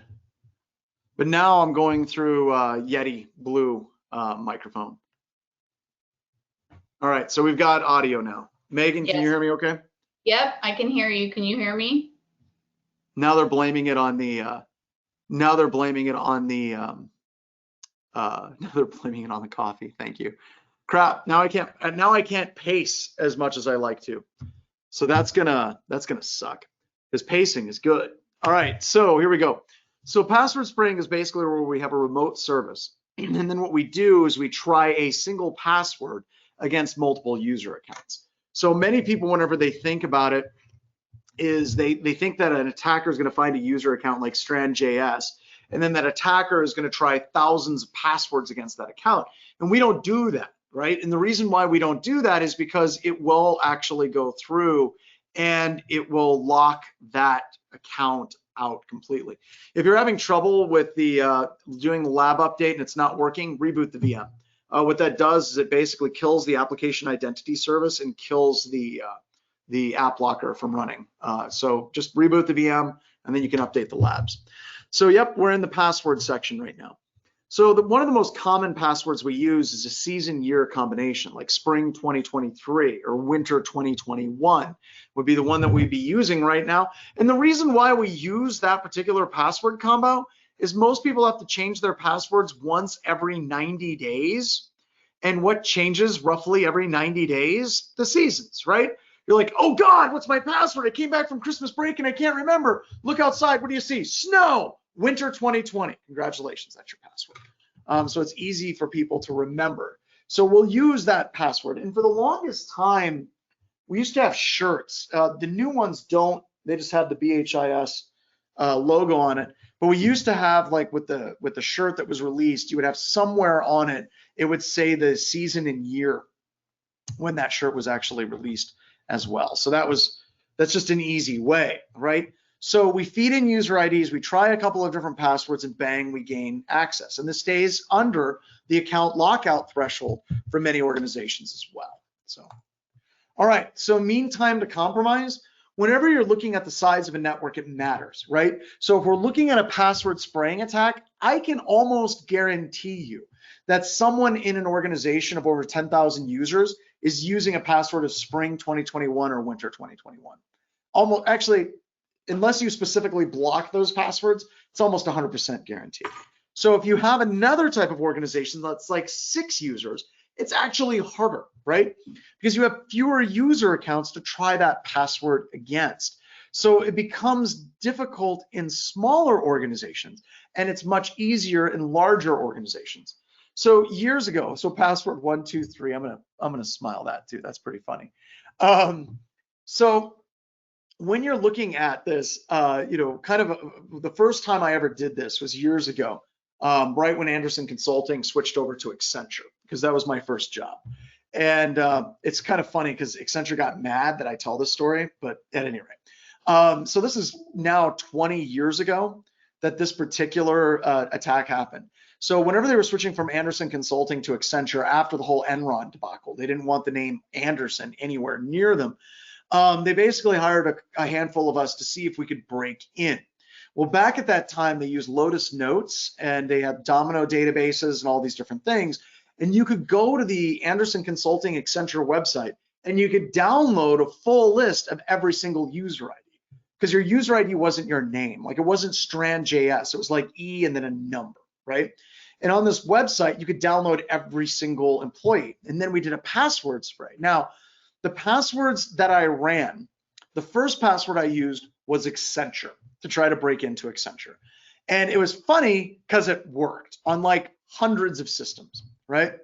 So that was the first password I used. The second password I used was Lexus. And the reason why I used Lexus is it's this weird thing in corporate America where people kind of buy certain cars within a company. Like the CEO of a company would run like a BMW, right? Like I think Steve Jobs ran a BMW, he always had a BMW top end sports car because he liked BMWs. And a bunch of other executives, if you went to that Apple parking lot, also ran BMWs because that's what the boss runs. You got to dress for success, drive for the job you want, I guess. But at that point at Accenture, everyone was running Lexus. Like all the management people were running Lexuses. I don't know what the plural of Lexus is. But so I tried that as my second password because I thought it would work, and it did, and it worked really well. So we sat down and we started describing, this is how we actually were able to gain access to a bunch of different things. And I said the first one we used was Accenture. And Accenture stands for accent on the future. Okay, Steve Jobs was a Mercedes-Benz. Okay, so I stand corrected. So we got in and I'm explaining it. And one of these like middle-aged dudes in dark suits, which I say that now that I am a middle-aged dude, I don't wear dark suits, but he was like, I don't see, Mr. Strand, how this is a problem. Like, what do you mean? Well, it just seems these people have good corporate spirit. Seems like these are good employees that are happy to be working here. And would you punish them? I'm like, yes, they shouldn't be running a password of the name of the frickin' company. I mean, so we got into this huge argument. And mind you, I'm like fresh out of college. All of my clothes are at secondhand stores. I'm like popping tags like Macklemore, right? So what the hell am I going to do arguing with this guy? So then we go to the next slide. And I did the password of Lexus, and I basically put it up there, and I'm like, what jackass use their password as Lexus? And it hit me as those words came out of my mouth. I was saying this to a bunch of executives that were probably driving Lexuses in the parking lot. So I'm pretty sure I came damn close to getting fired that day. But it showed me just how dangerous this is in a large organization, right? It's absolutely, just absolutely dangerous, and it's so effective, right? So we'll go through some additional attacks. So what are some tools that you can use to actually do a password spray against an organization? One of the tools that we have created at Black Hills Information Security is Mail Sniper, and this was created by Bo Bullock or Daft Hack. And what it does is exactly what we talked about. You point it at a website, right? So you can see here, it says the username is going to be this particular value for this company. And we're gonna do a password of summer 2016. This is from a number of years ago. And then it's gonna say the exchange host name is mail.blankedout.com, right? So then it tries that one password of summer 2016 against all the user accounts that you're able to actually harvest off of that particular system. You can see right off the bat, it was able to, it was able to find 1, 2, 3, 4, 5, 6 email addresses. It was able to find 6 email addresses that it could gain access to remotely. One of those was the IT admin account. Yay. Once again, that works really, really, really well. So somebody said they tried Mail Sniper and it was blocked by bot detection. That's because it's pretty much solidly listed as malware. You would need to get this whitelisted so you could run it against remote systems as well. All right. So another problem that you run into is short passwords. So this goes back to the NIST Green Book, and I'll actually just show it to you real quick. So let's actually go NIST Green Book. I'm using Bing. This is going to end poorly. There we go. All right, so we got it. Maybe I got it. No, I don't think I got it. I love using Edge for Outlook and SharePoint and everything. It's like Bing sucks for literally everything else.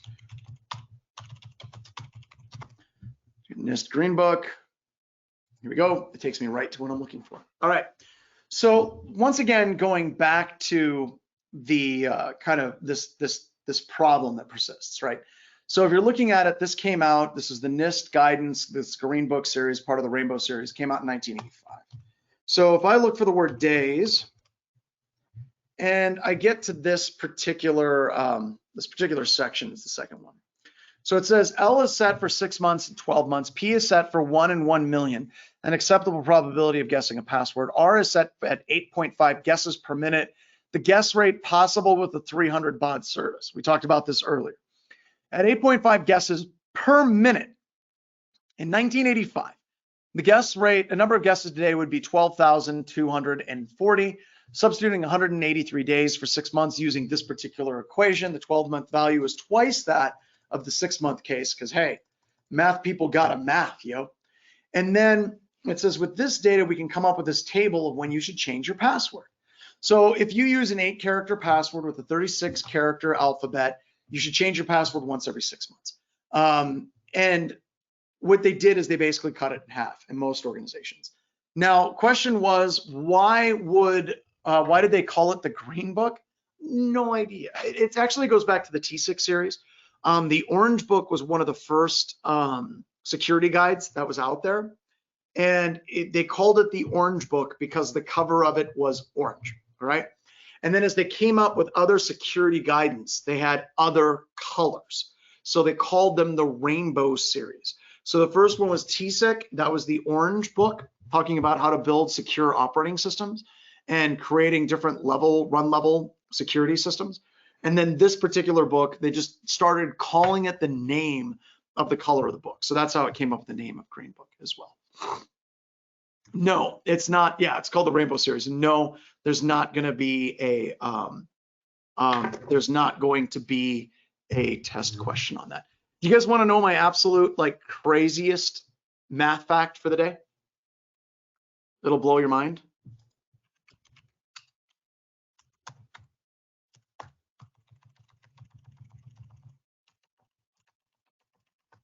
One is exactly equal to 0.999999999 infinite. If you don't believe me, Google it. So there you go. So there's your crazy math fact of the day. So 1 is exactly equal to 0.9999 infinite. And part of the reason for that is 1/3 equals 0.333333, right? And if I do 3 times 1/3, I get 0.9999999 infinite. So there's your crazy math fact of the day. So that's fun. So at any rate, let's move on. So we're dealing with this. This problem, right? And this was a problem in 1985. Yep, limits, absolutely. So whenever you're looking at this, what happened is they continued to use 8-character passwords up until recently. A lot of organizations, still to this day, well, can this be used for tax purposes? Probably not. A lot of organizations still to this day are using 8-character passwords, and they're doing 8-character passwords because that is literally what they said in the Green Book, and then the next series, and then the next compliance standard, and the next compliance standard, and the next compliance standard. They basically kept it that way. So this creates an opportunity for us as offensive security people to be in a position to where we can now easily break into organizations because they're still using the exact same crap security settings that they basically set up on 1985, right? So now some organizations will say, well, that's cool. We're going to use 8-character passwords because we use 2-factor authentication. Don't, just get out. No. 2-factor authentication is not created to supplicate and allow us to reduce other security controls, right? It's in addition to those existing security controls out there. I like that John is a witch, right? So now when we're looking at 2-factor, 2-factor is only effective at stopping an attacker at breaking in if you can guarantee that 100% of the people are using that 2-factor authentication, and every API is. And then May brought up YubiKeys. We're going to talk about how you bypass YubiKeys here in just a couple of seconds as well. So there you go. All right, so it only works if 100% of organizations have it implemented across the entire organization. So it never works. So when we're dealing with this, how do we actually get around things like two-factor, right? I mean, because two-factor didn't show up on the scene, and then all of a sudden it broke every security professional from breaking into the organization as well, right? So an attacker has to find only one portal that doesn't support 2FA. So the best example of this is Outlook Web Access and Exchange Web Services. So in Outlook Web Access, for many organizations, they'll enable two-factor authentication to access their email remotely. That makes sense. Then those same users will utilize, they'll have executives that are using Apple, and they'll want to use Apple Mail as their app, and they don't want to enter their two-factor authentication in all the time. So their Apple client or Linux client or whatever they're using won't connect to get their email through Outlook Web Access. It'll go through a different service called Exchange Web Services. And in many organizations, Exchange Web Services will not require two-factor authentication. So you just find a crack in the door and you go through it. SKB asked, is it better to have a long password and not change passwords too frequently? Yes, I would say it's much better to have longer passwords and not change them very often as well. All right, so yeah, Apple Mail, people use it, right? So expiration policies, 90 days, 180 days. Honestly, whenever you get to a good long password, the two-factor 180 is probably just fine, right? It's probably just fine. We had a giant company thing because our IT guys were disabling two-factor on their accounts because it was annoying, right? So crazy, so crazy. Now, okay, yeah, we can also get into other mathy things like pi isn't really as important for determining the circumference and the characteristics of a circle as 2pi, which has a completely different name, but there's all kinds of mathy things out there. So, all right. So how do you audit all your authentication points? Good luck, right? Because it just takes one that is like an application API, and we can basically gain access to that. And regular scanning coupled with, just going through and watching it very closely can be very effective. So how do we actually deal with passwords then, right? If we're going to talk about passwords, we're going to deal with security associated with it. And Naomi said legacy authentication doesn't often support multi-factor. That's true. That's absolutely true as well. So if we're looking at it, the only thing that matters with passwords and patterns is length. That's it. Move to a passphrase. So here's an example. I graduated from Wyoming and then a phone number. Don't use that, by the way. Just waiting. So don't use that as your password, right? Allow users to use dictionary words, right? But they can use them as passphrases. And just string a couple of words together and require a special character. And that usually does it, right? And that's going to make it very difficult for me to break into that organization. So we had a question, what about the app password that's needed for modern auth and applications that don't allow for multi-factor? Well, that's becoming less and less, right? Almost everything that you look at today that's new actually can allow throwing a spelling mistake. That's not hard for me. I misspell everything. I'm a horrible speller. But yeah, most modern applications do support it. And if you start getting into other things, you can create a single sign-on portal, and then you can actually have that authentication pass to those applications, those legacy applications. And companies like Ping Identity do just that. So we just got this phone call from Poland, and I am pretty sure that whoever's on the other side of the line is pretty shocked that that's actually my phone number. Say hello. Hello, is this John Strand? This is in fact John Strand, and that is in fact my phone number. Great. By the way, your training is amazing. Thank you. I appreciate it. Thank you so much. And by the way, I do give out my phone number. Generally, I love it whenever someone calls me during class, but generally don't call during class, but I try to take responsibility for my students. And if you need to get a hold of me, you have questions, I'm generally available. So you have that. So I was just waiting for that. It's always at least one that comes through. So that's pretty cool. All right. So moving on, 2FA, something you know and something you have, right? So you've got token-based and you've got SMS-based two-factor authentication. And what I would like to do is I would like to continue this conversation to two-factor authentication. And I would like to actually talk about SIM cloning and bypassing YubiKey and all of those things tomorrow. Instead, what we're going to do now for the rest of class is ask me anything. So I'm going to plug my phone in over here. So question, anything that you have at all, go ahead and ask me questions.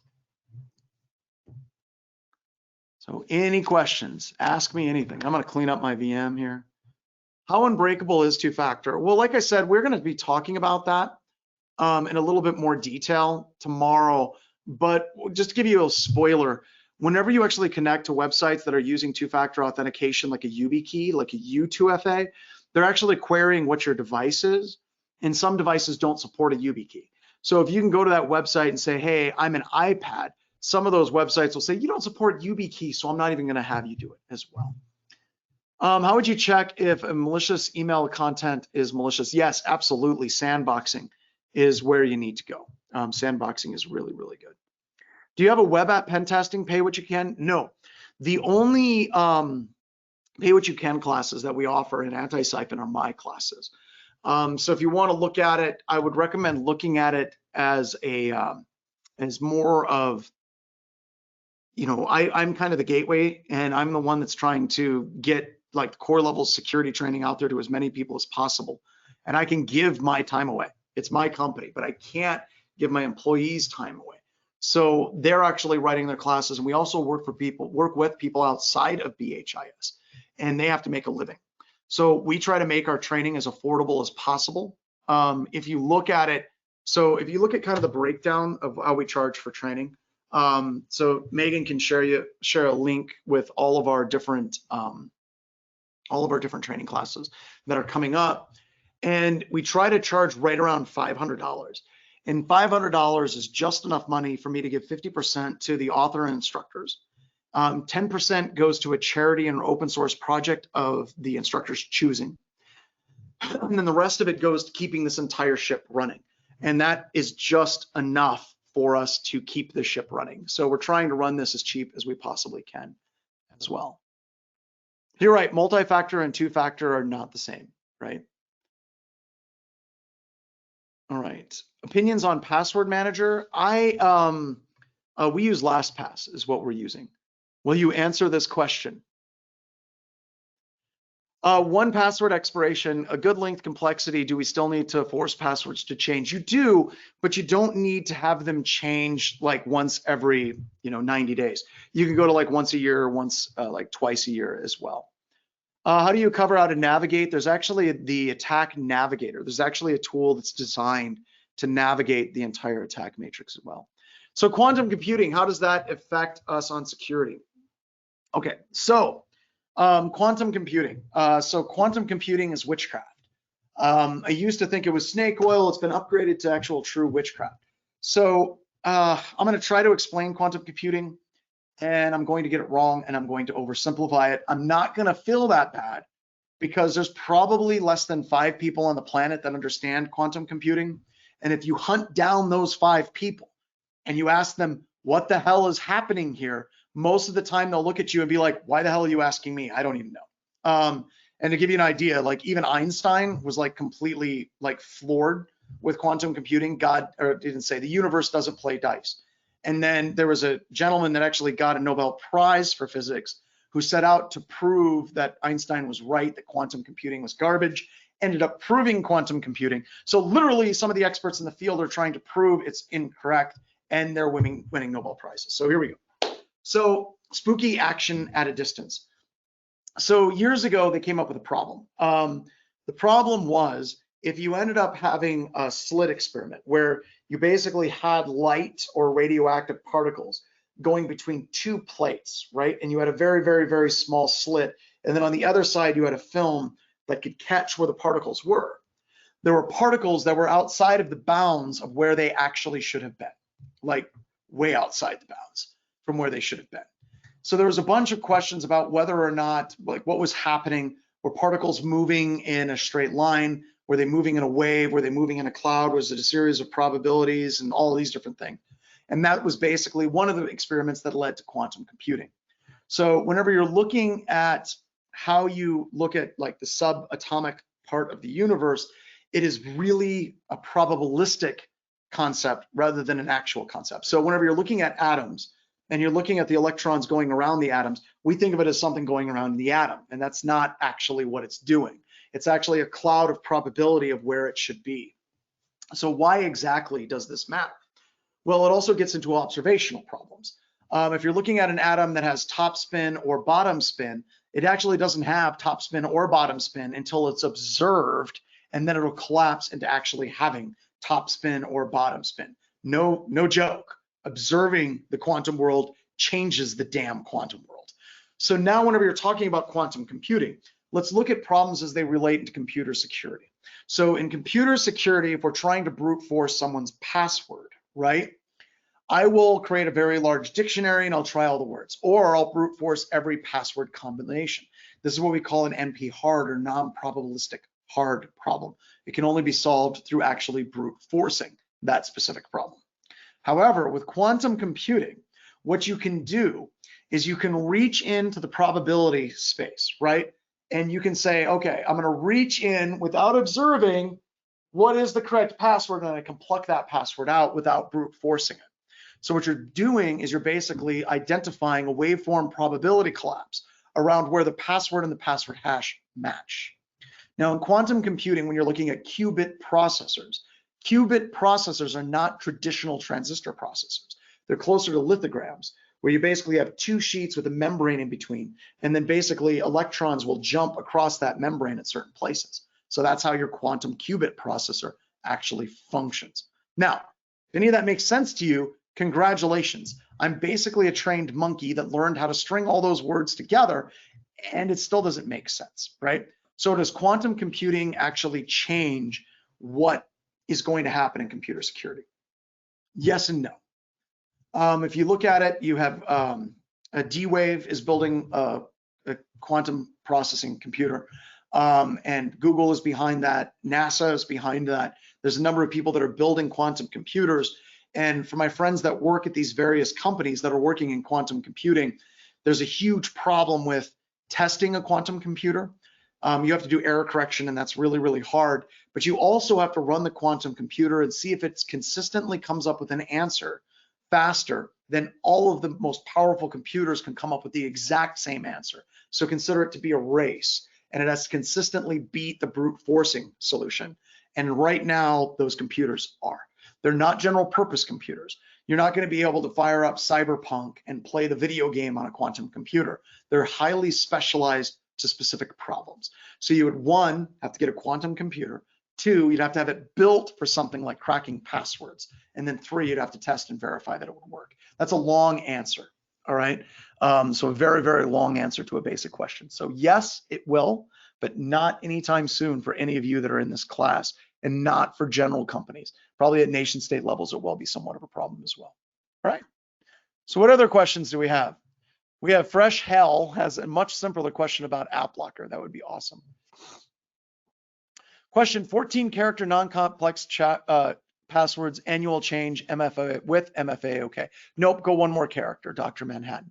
You want to go to 15 characters. And the reason why is there's some legacy protocols like Landman that'll actually take a 14 character password and split it into 2 7-character sections and store them separate but together. And that greatly reduces your security. Once you go to 15, you're outside of that envelope. So go one more character and then you're sitting pretty good. For someone that's returning the job market, what certs are the best way to get one's foot in the door?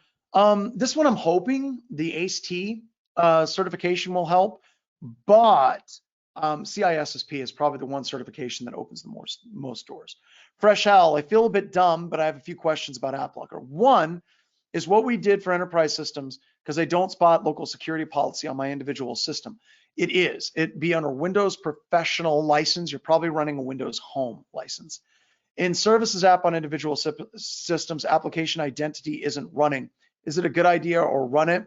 It's predominantly on the enterprise systems as well. How do we get better at the cyber range? We try to put in as many hints as we can in the cyber range and just start working on it, you know. Key state password length on a Windows domain. I thought it was just an option to enable complex passwords. You can actually specify links, and there's actually a bunch of third-party tools that you can implement that'll implement additional fine-grained solutions for password complexity as well. All right. I thought the ACE-T confirmation worked. I thought you could go to the website. You have to actually have some scores in there, and then it'll come up. What are the methods to bypass app locker, and are they feasible? You would generally be looking at something like exploiting a specific service. You would be looking at using the LOL bins, which we talked about earlier today, or you'd be using ISR evil grade style attacks to take advantage of the update process on those. All right. Don't use books. I would recommend not using books because most of the books, I've written some books, and usually what happens with a book is by the time the book is published, it's at least half a year or a year out of date. So instead, I recommend kind of focusing on webcasts, and once we get into cons, actually watching the videos of the presentations in those cons. And a lot of the cons are now virtual as well. Cloud versus edge computing, how will this affect InfoSec? It already has, right? So if you're looking at like cloud computing, with COVID, everybody basically moved to kind of a cloud computing model very, very quickly. So the problem is it made us less secure because our users are no longer behind a firewall, behind a DMZ with all the security protections. They're now running at home, and they're running, they're running VPNs, and that just creates all kinds of nightmares as well. I think I'm going to get Windows Pro for my new PC. I'd recommend either getting like Windows or like System 76, a Linux computer. I'm not a fan of Mac anymore. And I want to make it clear, I was a huge Mac fanboy for years, but Apple clearly doesn't care about their desktop. They haven't innovated or added anything new and awesome to the desktop in forever. And virtual machines running in a Mac environment are just problematic as well. Where does entropy come into password management? I see that it mentioned a lot, but I need someone to explain it to me like I'm 5. All right, here we go.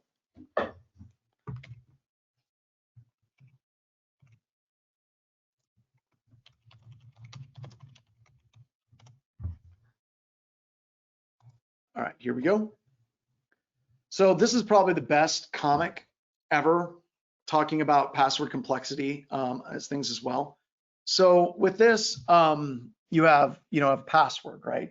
They come up with this complex, non-gibberish, uncommon base word. They're doing substitutions and all these different things. And that's about 28 bits of entropy. And his math, Randall Monroe's math is wrong on this, but he basically says 28 bits of entropy, 3 days, guessing at 1,000 guesses per second. So it says difficulty to guess is easy for a computer. This is, was it trombone? Was it troubadour? 0, 1, 0? Was it simple? Difficulty to remember is hard, right? Then you have a password like correct horse battery staple, which is 4 random words, 44 bits of entropy, 2 to the power of 44, 550 years, which is wrong. It's wrong. His math is way off, but that's okay. Difficulty to guess is hard, true. And it says difficulty to remember, you've already remembered it, right? And it says through 20 years of effort, we have successfully trained everyone to use passwords that are hard for humans to remember, but easy for computers to guess. And then he says in the hover, it says to anyone who understands information theory and security, it's an infuriating argument with someone who does not, possibly involving mixed cases. I sincerely apologize. So he's apologizing for me saying his math is wrong. So whenever he's looking at the entropy, he's specifically looking at the entropy as it relates to all being lowercase. And the fact is, when you're cracking passwords, you don't know if it's upper, lowercase, special character, alphanumeric. So if you're looking at this particular password, which is, what do we got? I know that many characters would actually be, I would say trying to crack that on a standard modern computer system, you're probably looking at least over 1 billion years to crack that password. So hopefully that helps. The other way that I want you to think of entropy is, well, we'll talk about dictionary hacks in a second, because it's not that simple, okay? You can do it, but there's a lot more words in the dictionary than there are characters in the alphabet. So it is possible, but most of the combinations will do 2-word combinations. Once you start getting into 4-word combinations, it gets exponentially more difficult. And let me explain why. So if you're looking at a password, for every character that you add, you more than double the amount of time it takes to crack that password. And the reason why is if I have a password, right? And I'm going to crack that password, it's going to take me less than a minute to crack that password if salts aren't used, okay? Less than a minute. If I add password 1, force my characters to go to 1 more, it doubles the total space via entropy. And the reason why it does is I have to crack all of the previous character sets, and then I have to crack all the sets, including the additional character. If I add another character, it more than doubles it again. So it's this exponential curve that goes up. So whenever you get to a password that is 21 characters long, you're looking at heat death of the universe to crack that password through brute forcing. Now, somebody had actually mentioned specifically the idea of using dictionaries and combinations. So whenever we're going to talk about Hashcat, and Hashcat can take a dictionary and it can actually combine the words in that dictionary and mingle them, right? So we can do password and say password and Calcutta, right? That's 2 passwords. It'll do password, Calcutta, Calcutta, password, right? And that takes a while for it to actually rip through that. And you also can do leet speak substitutions like the top left square.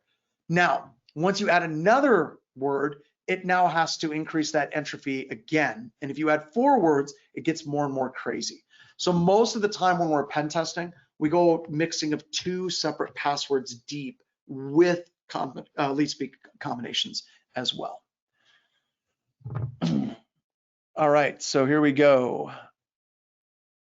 How about just hash with a salt password? All right, so Samir, so whenever we're using salts, that specifically applies to the crypt function, predominantly, mostly, on Linux computer systems. And what the crypt function does is it actually puts a 64-bit salt before the base 64 encoded version of the password, going through 10,000 rounds of password hashing, moving the salt from the front to the back each time. What salts do is they make it so I don't have to crack it once for all the user accounts. It forces me, if I have 1,000 users all using the exact same password, I effectively have to crack that password independently for each individual user because of salts. On Windows systems with NT and Landman, they don't have salts. So if I crack the password Apple for one user, I've cracked it for literally every other user on the face of the planet out there as well. Do you think our genetics will eventually be used as personal identifiers? God, I hope not. And what concerns do you have with this as a prospective method? So there's lots of problems with that. So let's take the idea of DNA, right? If you want to prove that I was at a crime scene, you could search for DNA and you could absolutely do that, right? But I want you to think of like a hotel room. How much DNA pollution exists within a hotel room? And if you really want to mess with things, you can literally go to a vacuum at a hotel, pull out a handful of like that icky fluff dust and just puff it in the room. And now you have a lot of DNA in that room. So DNA is somewhat problematic as an actual identifier.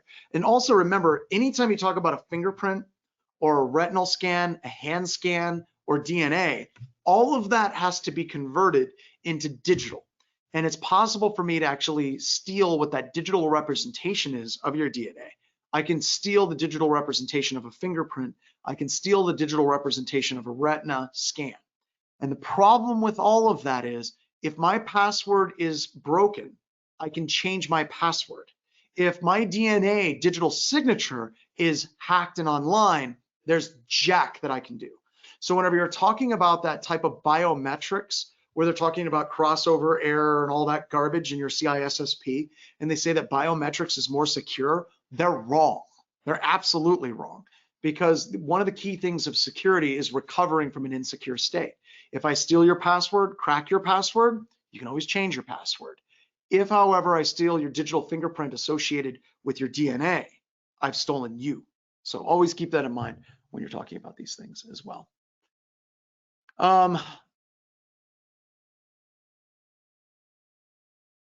Least privileges, listen to your employees. And then you have to also think about Chimera's DNA depending on sample is from. That's absolutely true, right? What can you do to deal with security of a huge network work from home force without full VPN? What options do you use, such as Rita? So Rita now supports, we wrote this program called ESPI, where we can take Sysmon data and we can kick the Sysmon data over to Rita, and Rita can do beaconing analysis based on Sysmon. So you can still do that beaconing, and I'll talk more about that as well. Also, retinas will change. There's a really cool article that was talking about handwriting. Retinas do change over people's lifetime, but also people's signature changes. Not just over years, but sometimes over short periods of time, people's signatures will change as well. So somebody that does handwriting verification, that's actually a much harder field than just seeing does it match. All right. Okay, points on biometrics. April's back to aliens, right? So what do you think the best method of security is? I'm still a huge fan of a long, strong password with two-factor authentication. And more importantly, actually verifying and testing that two-factor authentication across absolutely everything. I think that's still it. Yeah, there's bypass techniques, but there's a huge difference between me bypassing it for 2 or 3 users and bypassing it for thousands of users as well. What's your take on mixing body modification and hacking? I've seen a number of people use RFID chips. So there's a really great video, Larry Pesci from Security Weekly, another SANS instructor and a great pen tester from InGuardians. He embedded an RFID chip inside of his hand, and he had it so he could wave it over his computer and unlock his computer. I think it's still in there, right? The problem was at that exact same conference where he did that, somebody walked by him and cloned his RFID chip. And when he was presenting, went on stage and actually waved the card and unlocked his computer. So you're back to that problem of this really permanent security feature that's baked into your body, and changing that out is very, very difficult as well. Will you have access to the recorded sessions? You will. I'm hoping tomorrow over on the left-hand side, you'll see, where is it? Recordings. You'll be able to see the recordings tomorrow, hopefully. So just give us some time, because sometimes it takes us a while to actually get through. What Udemy courses? Any of them. Udemy is awesome. We actually bought Udemy for all of the BHIS employees because if we're pen testing something like a Mongo database, you can pull down a Udemy class and you can quickly try to get to the security relevant things associated with Udemy. It's absolutely amazing. How do you minimize user impact for password spray? What you do is you slow down the response to the system that's spraying. So if you have an IP address that's spraying, you start getting slower and slower and slower and slower to the response over time. And that'll actually break it. The other thing you can do is you can make sure that your authentication messages are absolutely consistent. So if it says invalid user ID is the exact same message as invalid password. It just says, oops, something went wrong, try again. Don't give the attacker the ability to identify whether or not it was an invalid user ID or an invalid password as well. Could I touch on the active defense class? Yeah, in the active defense class, we create callback documents. We use honeyports. We do all kinds of spoofing against the attackers. We break web application attack crawlers, so they never work anymore at all. It's just 2 days of pure hell for a pen tester. It's really, really cool. And a bunch of the things that we created in that class were specifically banned in Capture the Flag events. So yeah, this class is, solid core defenses. And if you're ready to up your game to the point of just making life hell for an attacker, that's where you want to go. CyberArray versus Udemy. CyberArray is much more security related than Udemy. I would have them both as well. How do you deal with your Lambda project that changes its IP address for spraying? Yeah, you're right. The slowing it down wouldn't work, but if the error messages are consistent, it's not going to make any difference. Because remember, whenever you're looking at like Cred King or any of those tools, it's looking at a difference in the response between an invalid user ID and an invalid password and a valid user ID. So that's what we're actually picking up on and that as well. Knock on Lotus Notes all you like, but they doubled the time before you could next log in, the time you tried with a bad password. You'd be waiting for days. That's true. And that's why we did a password spray with one password to break into all of those accounts. CyberArray is great. Strongly recommend CyberArray. Do I recommend a blue team cert? Huge fan of Sec 504 GCIH. And also the whole CISSP. I mean, I know it's not going to help you secure your systems. Like you're not going to be like, and then I remembered what I learned from my CISSP and I beat the hacker. It's not going to happen. But as far as getting your job and getting your foot in the door, it's great. A purple team is a combination of a red team, which is offensive, which is breaking into systems, and a team that's blue and trying to defend. So a purple team is where red and blue are working together collaboratively to try to close off as many vulnerabilities as possible. What are some good introductory resources for practical computing networking? So that's that intro to SOC class, and hopefully we can put out a link for you here in a bit. But that intro to SOC class is really, really, really good for getting people started on that.